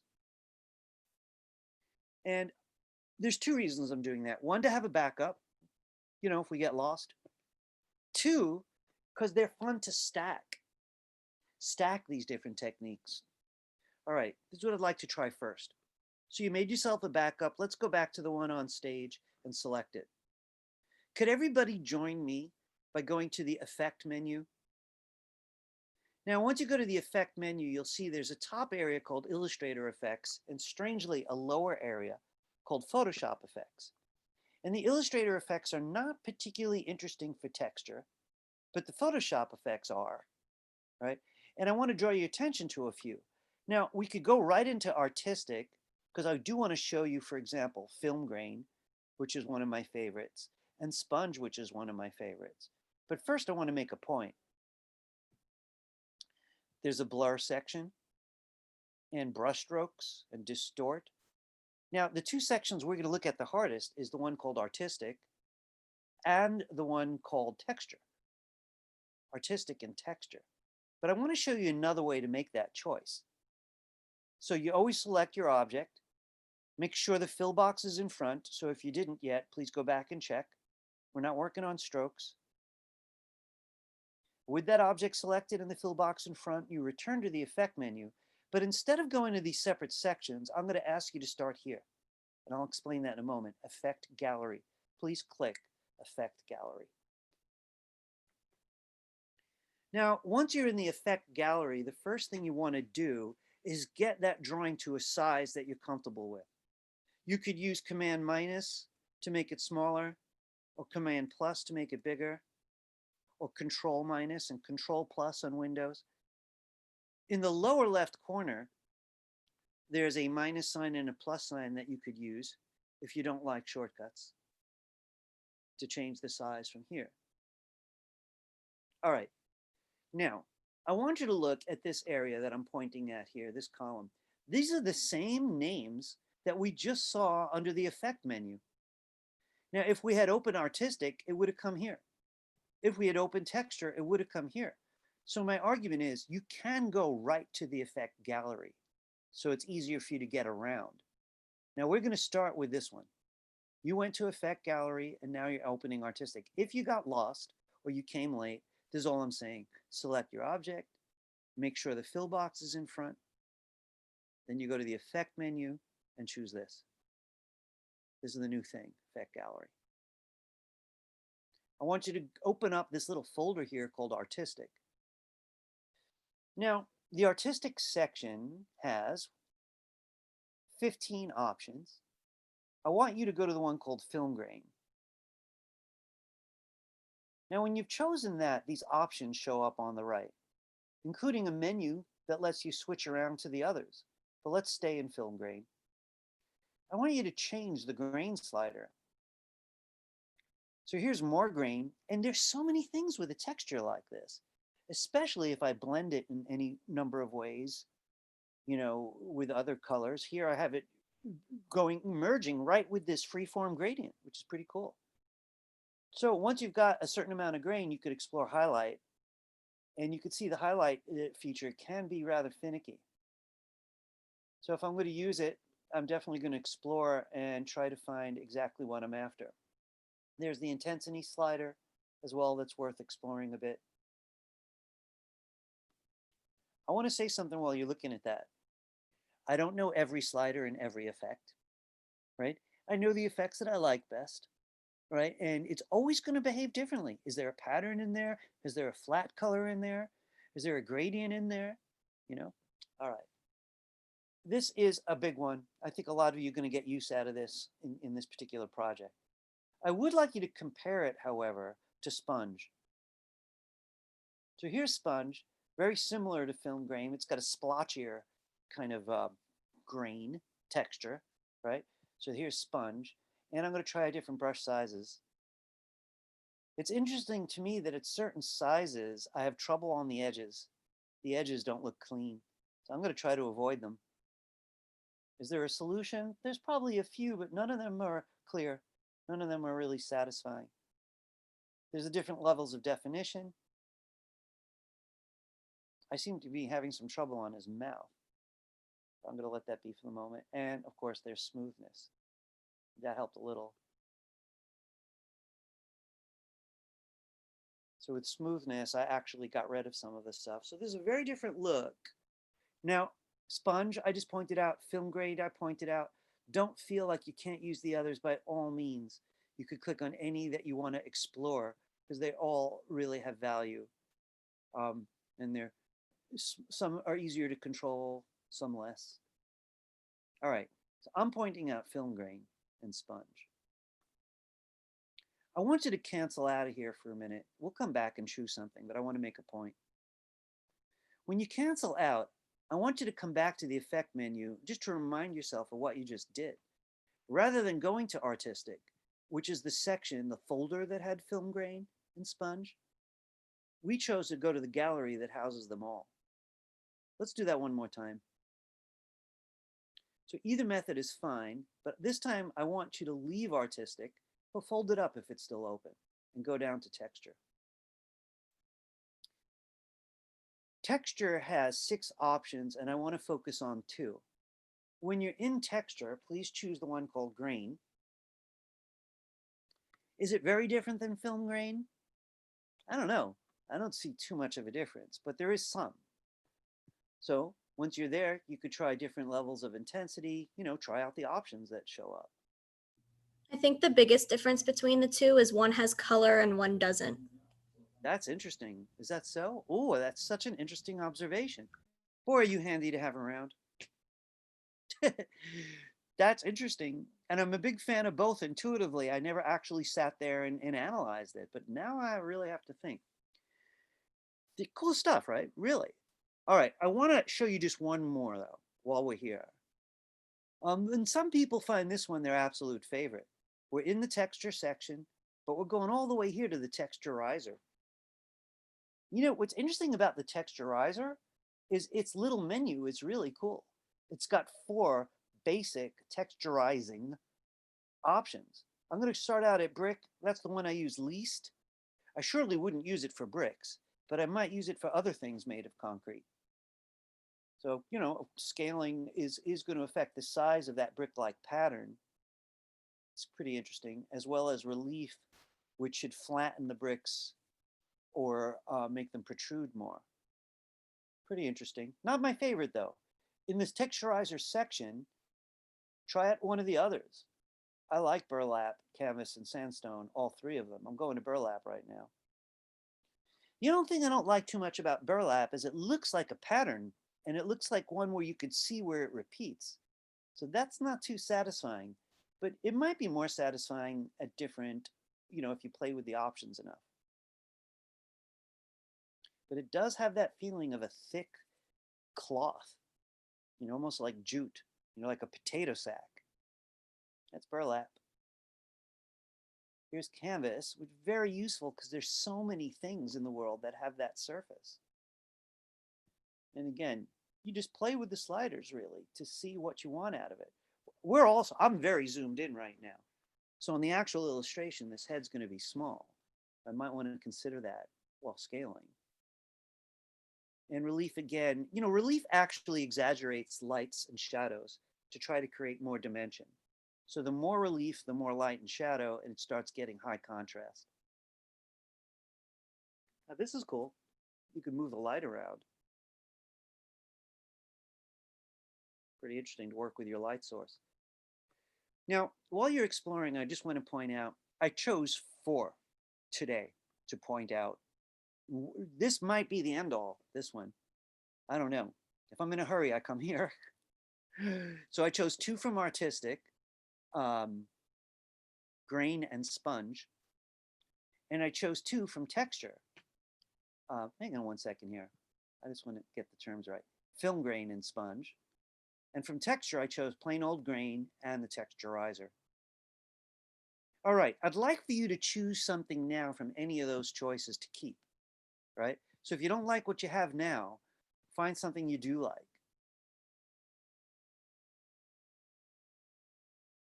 I like sandstone. I can't see the repeats on it. It's very appealing to me. I really do like to work with the light source. I already have a gradient in there that's working with the right light source. I'm pretty happy with it. Just want to see how much relief I want. When you find something you like, look, I know you don't want your skin to look like this guy's, but you know, you got the picture. So just click OK and accept it. How is everybody? So, you know, I want to point out, like some people would say, gee, I don't like putting texture on my gradient. I'd rather copy the head, put it on another level, and blend them together. You know, that's really complicated, isn't it? I mean, I'd have to have 2 copies of the head. Will it be better?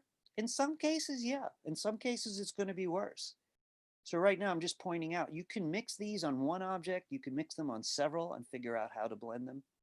There's lots of choices available. I want to look at my own handout for a moment, though.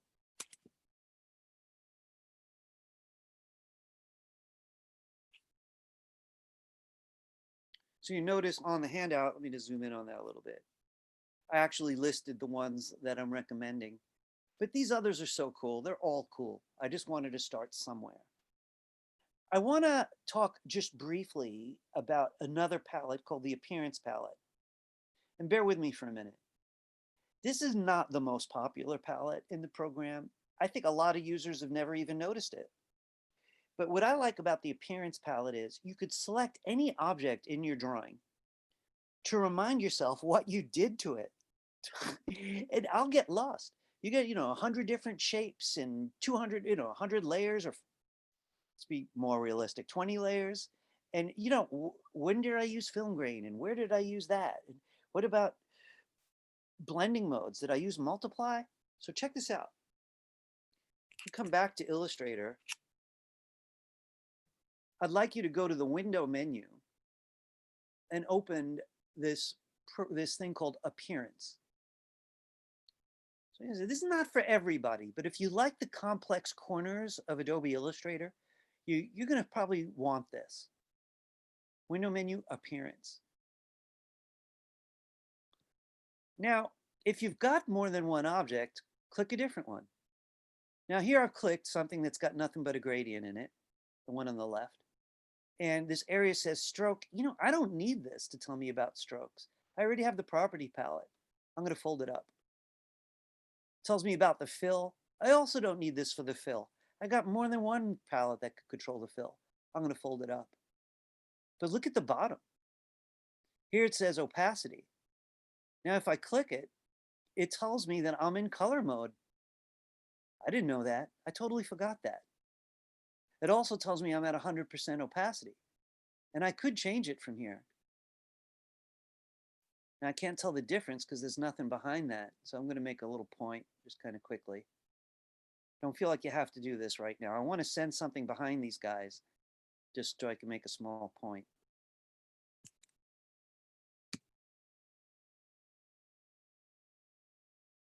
Give me a moment.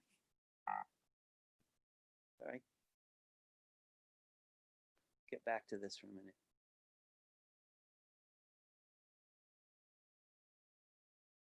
So I put a pattern behind this guy because I wanted to point out that if I had come here and had seen it behave like this, give me a moment. I keep getting lost. I guess I'm getting tired now.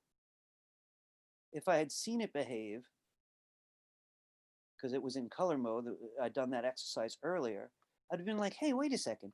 If I wasn't paying attention, I might try to send it behind that pattern a whole bunch of times, just getting confused. But with the Appearance Palette out, I just click it. I see at the bottom, it mentions opacity. I could click it. And look, I would have found that out on the Transparency Palette too. So you're like, well, what's the big deal? Well, click the other object. This one not only mentions opacity, so I could see what it's doing. Really have a problem with this. But it says Texturizer. So you applied a texture. You could actually click that to come back and change it.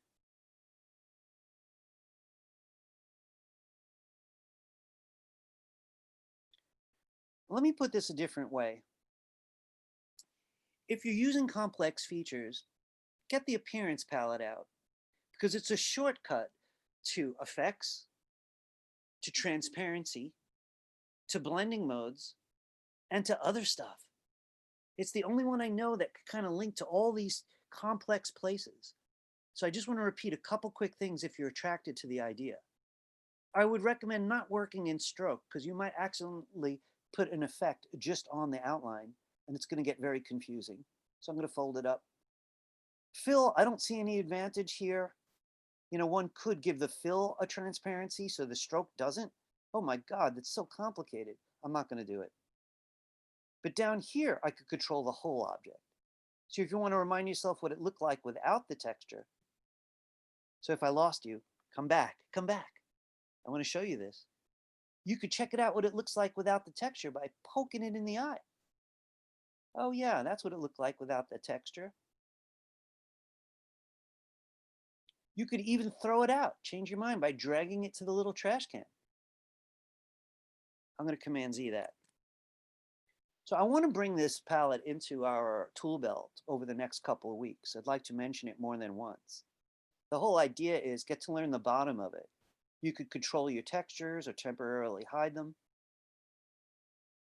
You could click on anything that's underlined to change it. You could also work with opacity if you want to. I just want to throw something in. I know people getting tired and we're heading toward the end of the class, but it's a cool feature. This particular project, by the way, project 3, is the most complicated of the semester. The 4th project is more imaginative and frankly, more just raw fun. And it'll let you use all the things you want. But this project's it's a picky project. You know, if you're giving me sneakers and those sneakers are made of canvas, you'd like them to feel like canvas. You know, if you're doing a gumball machine and, you know, the glass on the gumball machine should feel like glass. And it's a combination of elements. You might not need textures at all, but you might. Anybody have any questions about the appearance palette? No? So folks, you know, do you ever notice how exhaustion looks so much like sadness?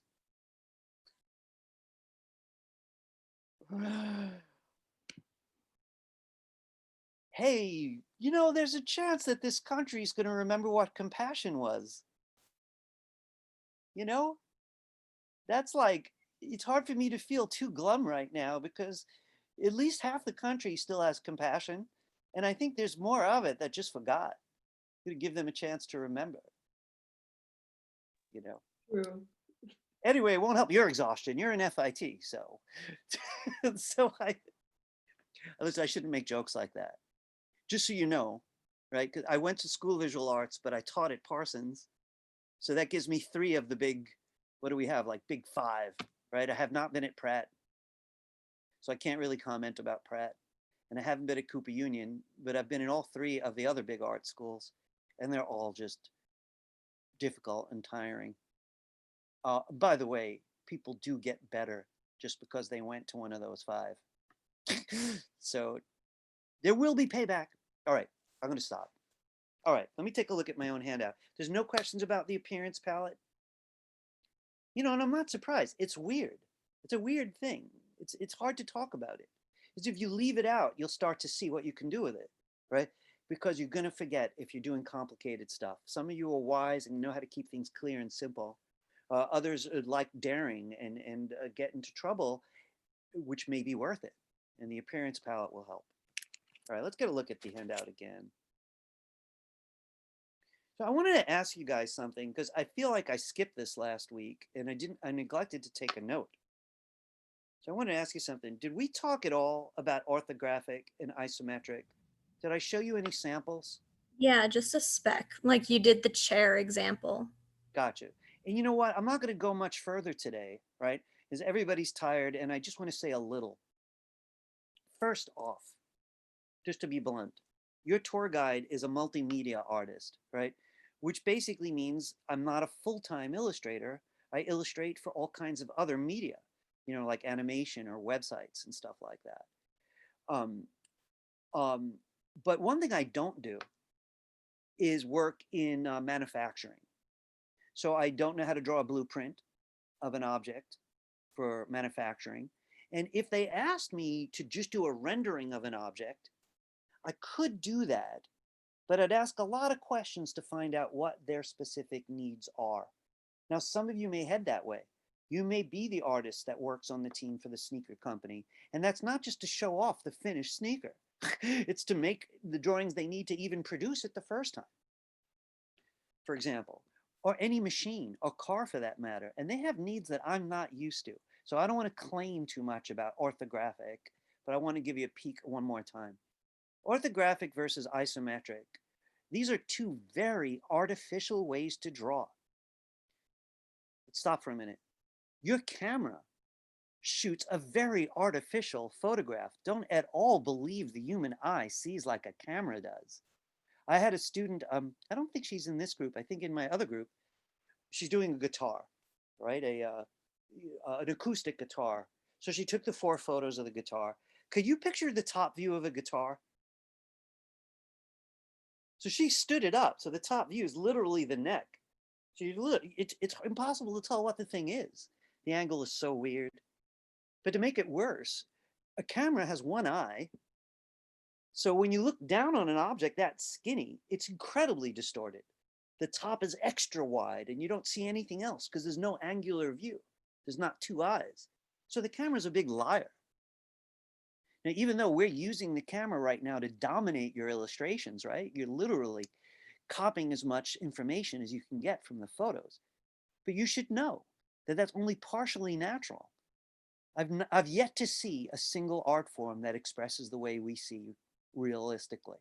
They all convince us. They're convincing. Michelangelo's convincing, but that doesn't look anything like the world, his painting. Not at all. Really. I mean, really, Da Vinci was a little closer, but even his world was constantly in this thick, moody light, as though that's the way the world looks, you know, in very limited color. So just about everybody you could name is either imitating photos or some other model of realism. So I wanted to show you something in that context. Orthographic drawings, right? And we're not going to come back to this. It's just a few minutes just to talk about it, and we're going to leave it. It's common in product design and other areas within construction. And they're considered projections. So they do show dimension in a way. Front, side, and top are the most common angles. The weird thing is there's no angles at all. So I should say the most common views, front, side, and top. I want to get a peek at this with you. I want to point it out to be a little bit clearer now that you've been working on your own kind of realism. You know, okay, so we looked at the chair last time. I want to point out this one's not orthographic. This has angles. And these angles lie, but that's not my point right now. It's this particular style. So not all of these are truly orthographic. It looks like I just got you chairs in this particular demonstration. I mean, let's wing this for a second. I want to try something else.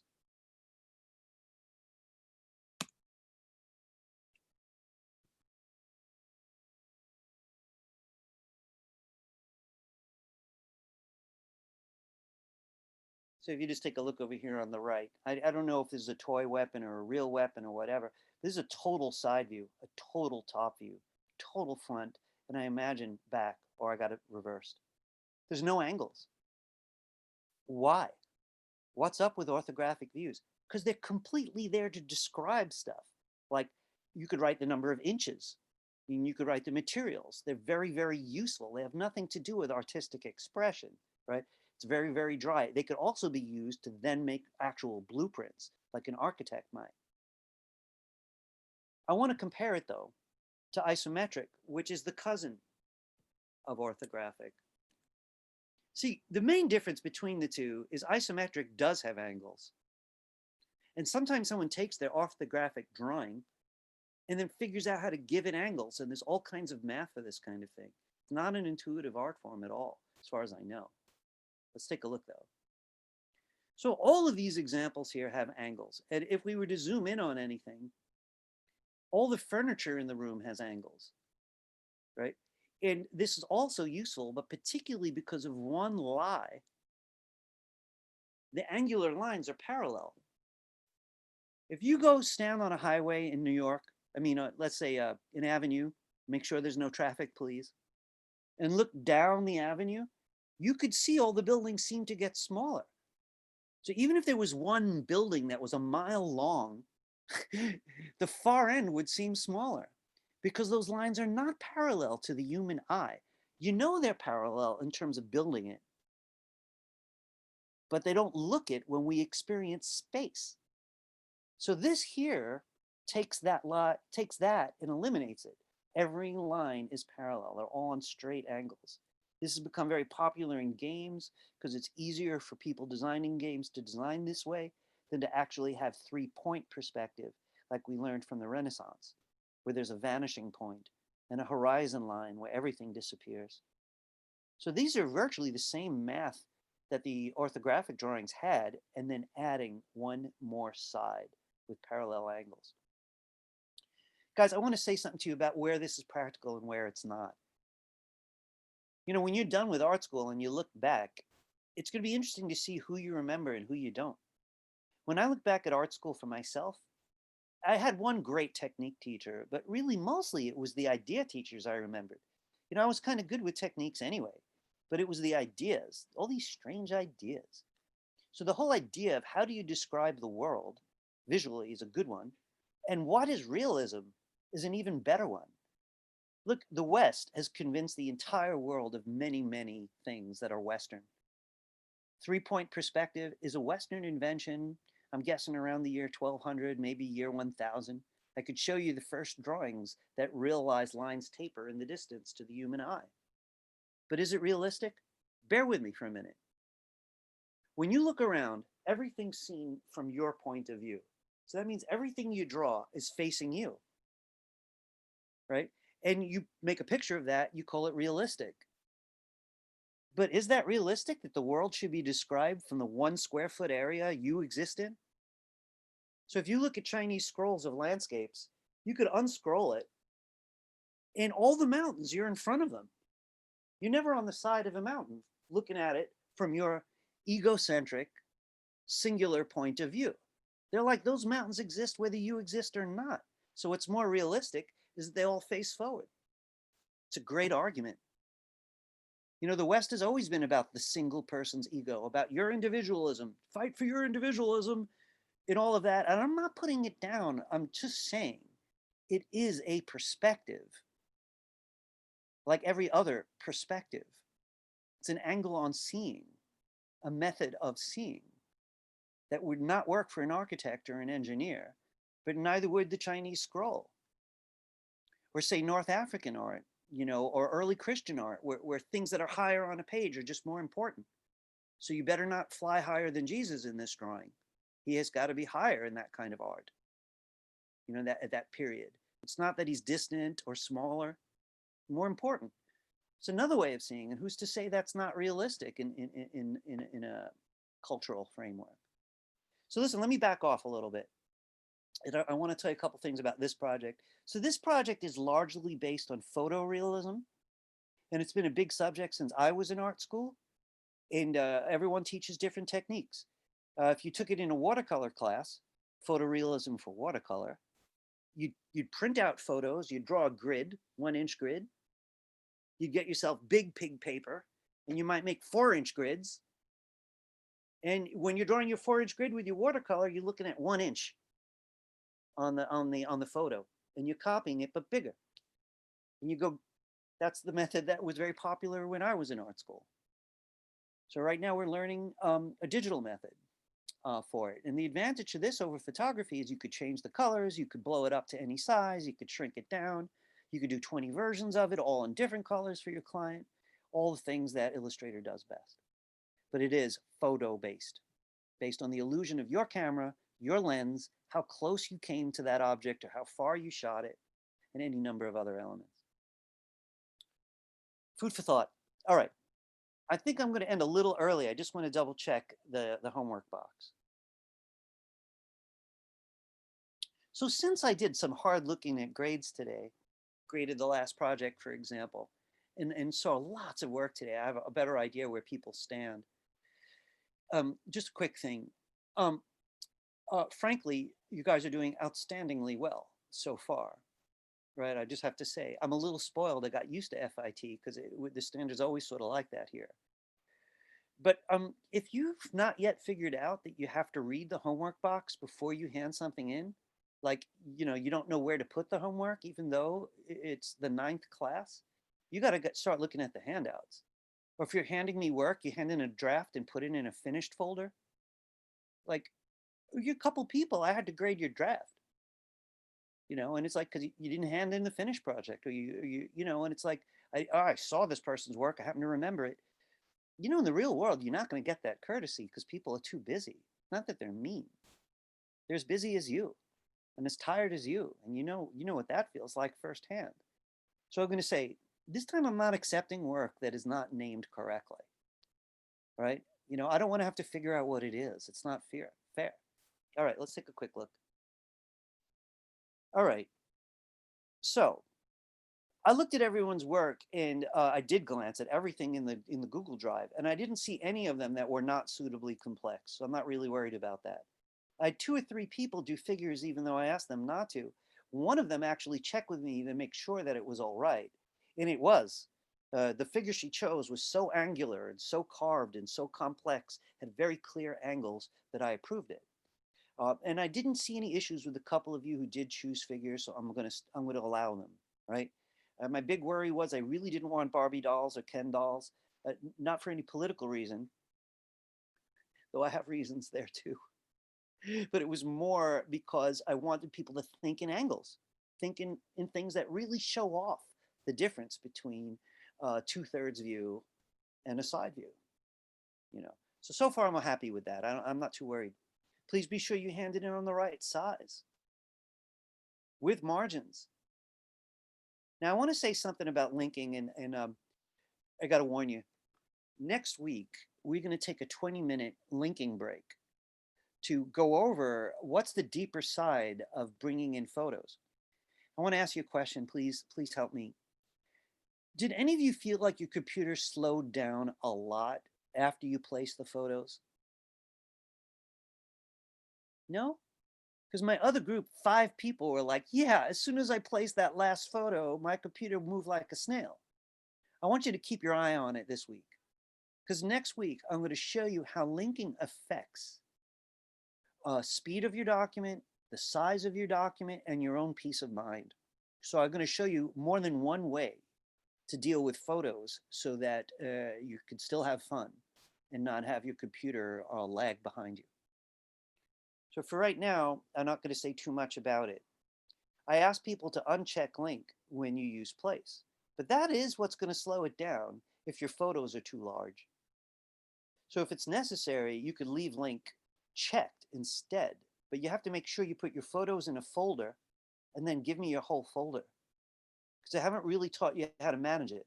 But when you check link, the photos are not part of the Illustrator document as far as the computer's concerned. So for me to work with it, I'd need access to the photos. So unchecking link is easiest, but there are cases where you don't want that. We're going to go into it more next week. If no one's had a problem, I think we could ignore this a little bit I have longer. a question. Yes. When we hand in the final, do you want our photos as well? Well, that's a good question. So next week is the second draft, right? So let's just want to make sure that I'm not losing my mind. Yes.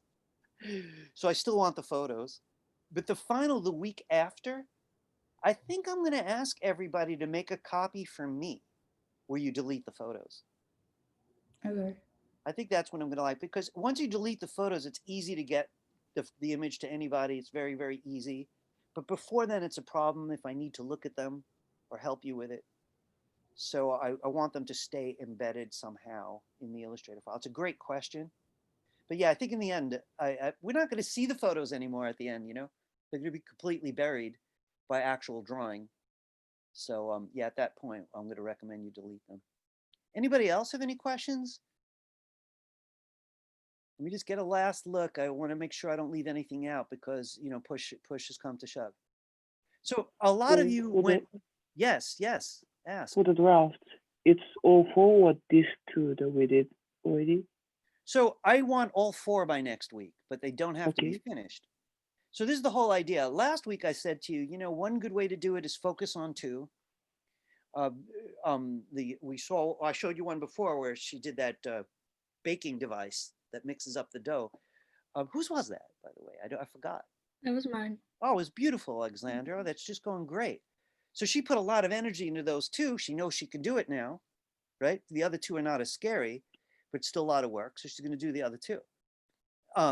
If you went with all the lines, right, you made all your closed shapes. That's another logical thing. Maybe you did all 4 drawings and didn't deal with the color. By next week, I want to see all 4. They don't have to be of equal completion because it is also a draft, you know, but just take it as far as you can. In the last week, right, so I'm going to talk about that, of course, next Monday. But in the last week, you want them all well off the ground so you could polish them, you know, go to the one that's worse. You want it to be able to change the design at that point to see if the page could look better with them elsewhere, that kind of thing. So you want to have a little bit of freedom for that last week. So good question, Hebe. Yes, I want to see all 4 to varying degrees of completion. Any other questions? These questions have been really good and helpful to everyone, so don't be shy. All right, let me just take a peek. All right, so again, I think a lot of people finish the 2 views you worked on and start the other 2. Or use any strategy you like. I do want to see the page well off the ground with nothing left, completely undone. So as you can see, hopefully in your groups and the breakout groups today and the couple samples that I showed you today, we're looking for full color. We don't want to simplify things too much. We want to get as much sheen and glimmer and surface quality as we can with any techniques that work for you. I want everyone to look at this though. It basically means that I will have collected 3 versions of this, right? So it's going to be a mess if you don't follow this. Please name it like this, right? This is going to be draft 2, right? So I need to be able to tell them apart. Last chance for questions. Yeah, so on the first draft, the one I submitted didn't have the pictures on it. Do you want me to resubmit it with the pictures? You know, give me a second. I'm going to give you a real specific answer.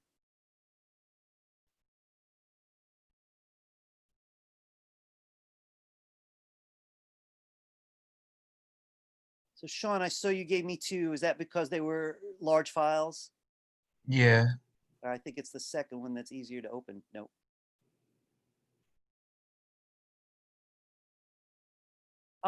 Yeah, I think I would like to see the photos. You know, Sean, like I say, I like the drawing here, but it still feels like a drawing, you know? The whole, I know Yeah. it's a toy. So that's what Mhm. you're going to focus on, try to get that surface to be obviously, you know, sculptural. But yeah, I think the photos will be helpful to me, yes. I'll do that. Gotcha. Any other questions, anybody? Yeah, mine was the same. So when I sent you I don't know if my file was one of the ones that they're too large to open, You know but what? You know, Sean and Annette and anyone else who's concerned with that, make a JPEG and give it to me also. okay. Just drop them both in there. The JPEG's easiest to deal with. And if I need to get at the details, I'll have the other one. So that might be the easiest solution. Folks, I do want to apologize one more time for those of you who sent me emails and didn't hear from me. I guess if I miss a couple of days, that it gets buried. I try to go back all the way back to last week and read all the mail that I missed. I have no less than 6 email addresses to track because of the kind of career that I have. So I really do apologize if I've missed yours, Juliana, or anybody else's. Try me again. Give me another try. So if you have a question you couldn't get to today or something you need to show me, send it along and I'll do my best to get to it. So folks, 7 whole minutes early. I'm going to let you out. Don't tell on me. I will see you all next Monday. Good luck with this project. You're going to know so much after this. The 4th project will hopefully seem like a party to you. But I'll tell you more about that later. It's a big teaser right now. All right, guys. Thank See you you. next week. Have a good night. Next week. Thank you. My Good one. pleasure. My pleasure. Can I stay to ask a question? Yes, you can.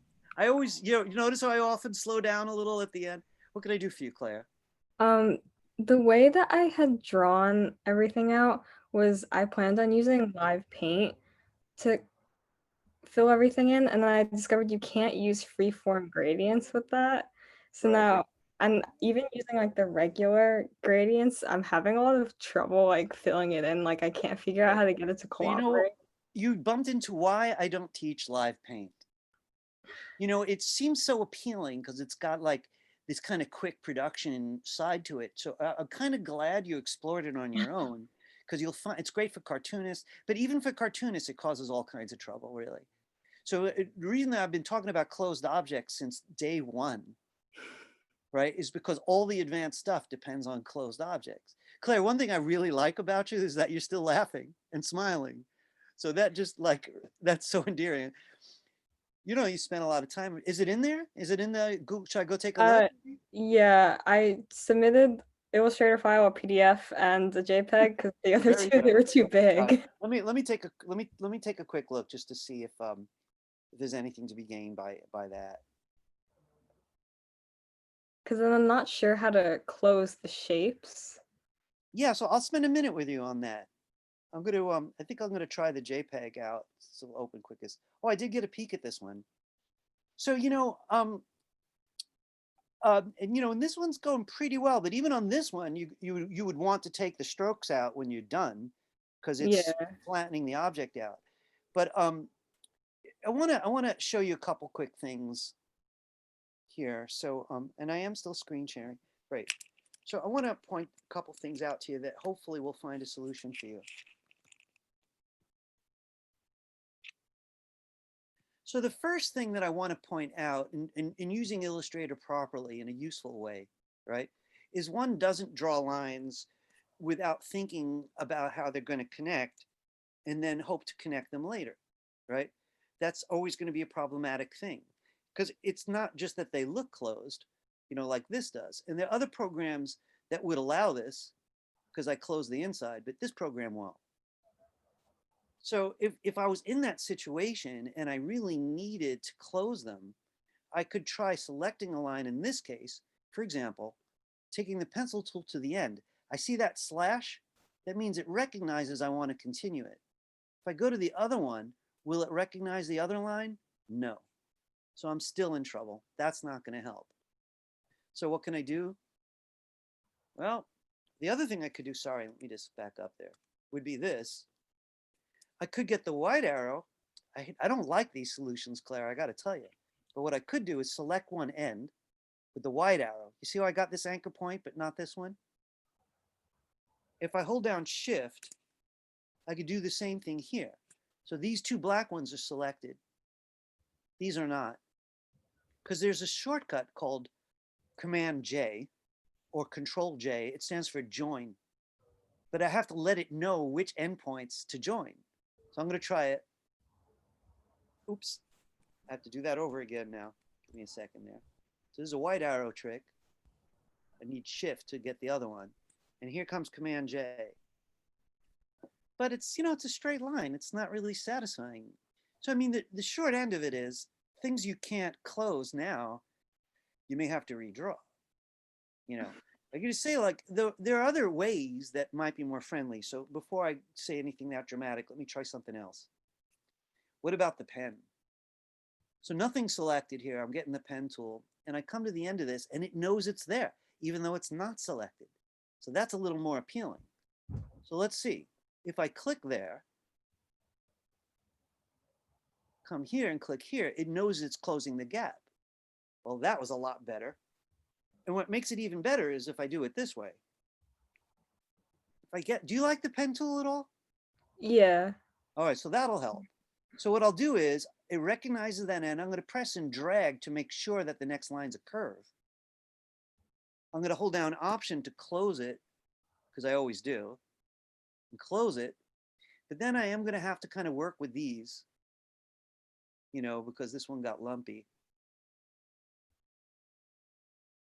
In a second there. Well, that looks like something that can be worked with. So I guess like where I'm at right now is if you want to close existing lines that are not really closed, some of it's going to be best with the pen tool. Some of it's going to be best with Command J. I just want to give you one more Command J. Are you on a Mac, by the way? Yeah. So this tool here is called the line tool, and it doesn't connect lines. So anyone who thinks they're drawing with it, at least last I looked, won't be able to fill it. So I'll just see if I'm right. Right? Because it thinks it's 3 lines, but I could fool it with the wide arrow. In this case, since the anchor points are over each other, it's actually easier. I could highlight here, it'll get both anchor points, even though I can't see it. I'll do Command J.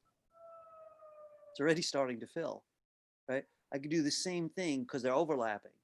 Command J, they're just joining them, but it has to be 2 anchors there. You know, if I moved one, you'd see that there is 2. But while they're over each other, the wide arrow will let me get them both in Command J. So let's just end with 3 things. 1, you're not going to do it next time the same way. Pen tool, pencil tool, closed object tools. I don't want you to be against live paint or all of that kind of thing, blob brush, but just put them off for a little while. Make sure you know the basics of how the program thinks first with closed objects. Beyond that, the pen tool may help with existing lines and Command J. In both cases, there's probably going to be some wide arrow involved. Yeah. Okay. Just because I have so many lines to have to connect all of them. I know. I really don't know what's best for you right now, you know, because look, I have a couple minutes. Do you want me to take a closer look, like download it? I don't mind. And yeah. Yeah, come on, let's do it. All right, give me a minute then.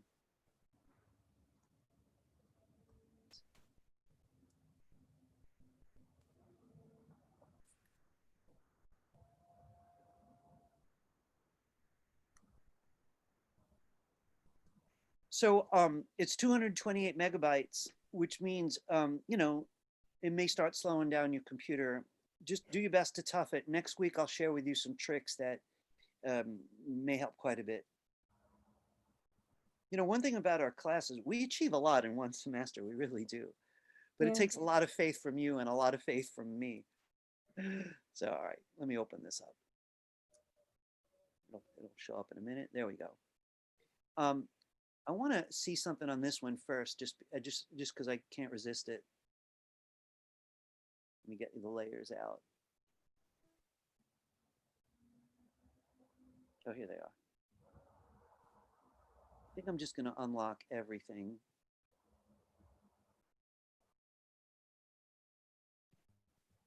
I'm not really worried. I mean, it seems to me that you know what you're doing. You know, we all make some, you know, less than perfect decisions sometimes. Just gonna lock that background. There we go. I want to see if this one's still how it looks without the stroke.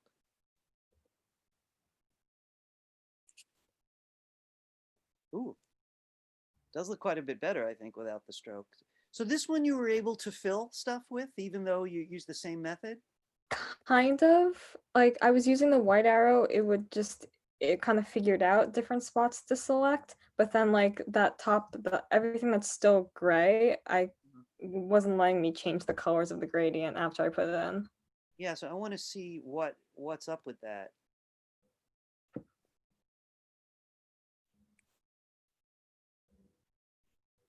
Trying to see what this shape is. So yeah, it's because it's just, yeah, I see what you're saying. It's just a line. So it has no idea what to fill. Here's one end and here's the other end. So I mean, if one knew what you wanted to do with it, one could conceivably just close it. Oops. Second there. Oh, I don't want to take that away. So that's the only thing here. Give me a second to think this through. I'm going to deselect that line. I see what the problem is. I caused all kinds of trouble here. I think I would leave the strokes on until you're done or closer to done. So I'm going to put that back. So with it, if it's not selected, the pen tool recognizes the end. If it's selected, the pen tool is going to think you want to delete the anchor point. So that's what almost got me.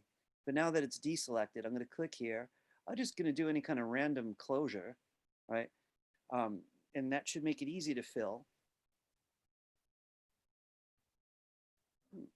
What is going on here? Is there a lot of grouping going on too? Oh, is it because it's a live paint group? So Must when it be. overlaps, yeah. Wow. Okay, I can't go there. You know, and part of it is apology. I just don't use the feature enough to even Yeah. understand what just happened. You know, it's just, I know there's ways to master this particular technique. I've chosen against it. I like simple, clear understanding of anchor points and closed objects because the whole program's sort of based on that. I don't want to cop out on you because now I'm feeling like I should know more about this. But I'm going to have to leave it to you to, you know, you made the brave choice of to just go off on your own road. Luckily, there's 2 weeks left. Yeah. Right. I hope some of that's useful. I don't know. You'll keep me Yeah, I'll posted. try. I'll try to join things together. Listen, give it a small, reasonable amount of time. And then if that doesn't pan out, go back in and figure out which shapes are the trouble, delete those and redraw them. You know, it's possible that some of them are still going to be okay. You know, and you'll may not have to redraw the whole thing. Yeah. All right. Okay. Good luck, Claire. I know you're going to win Thank this. you. I'll see you next week. Thank you. My pleasure. Bye-bye.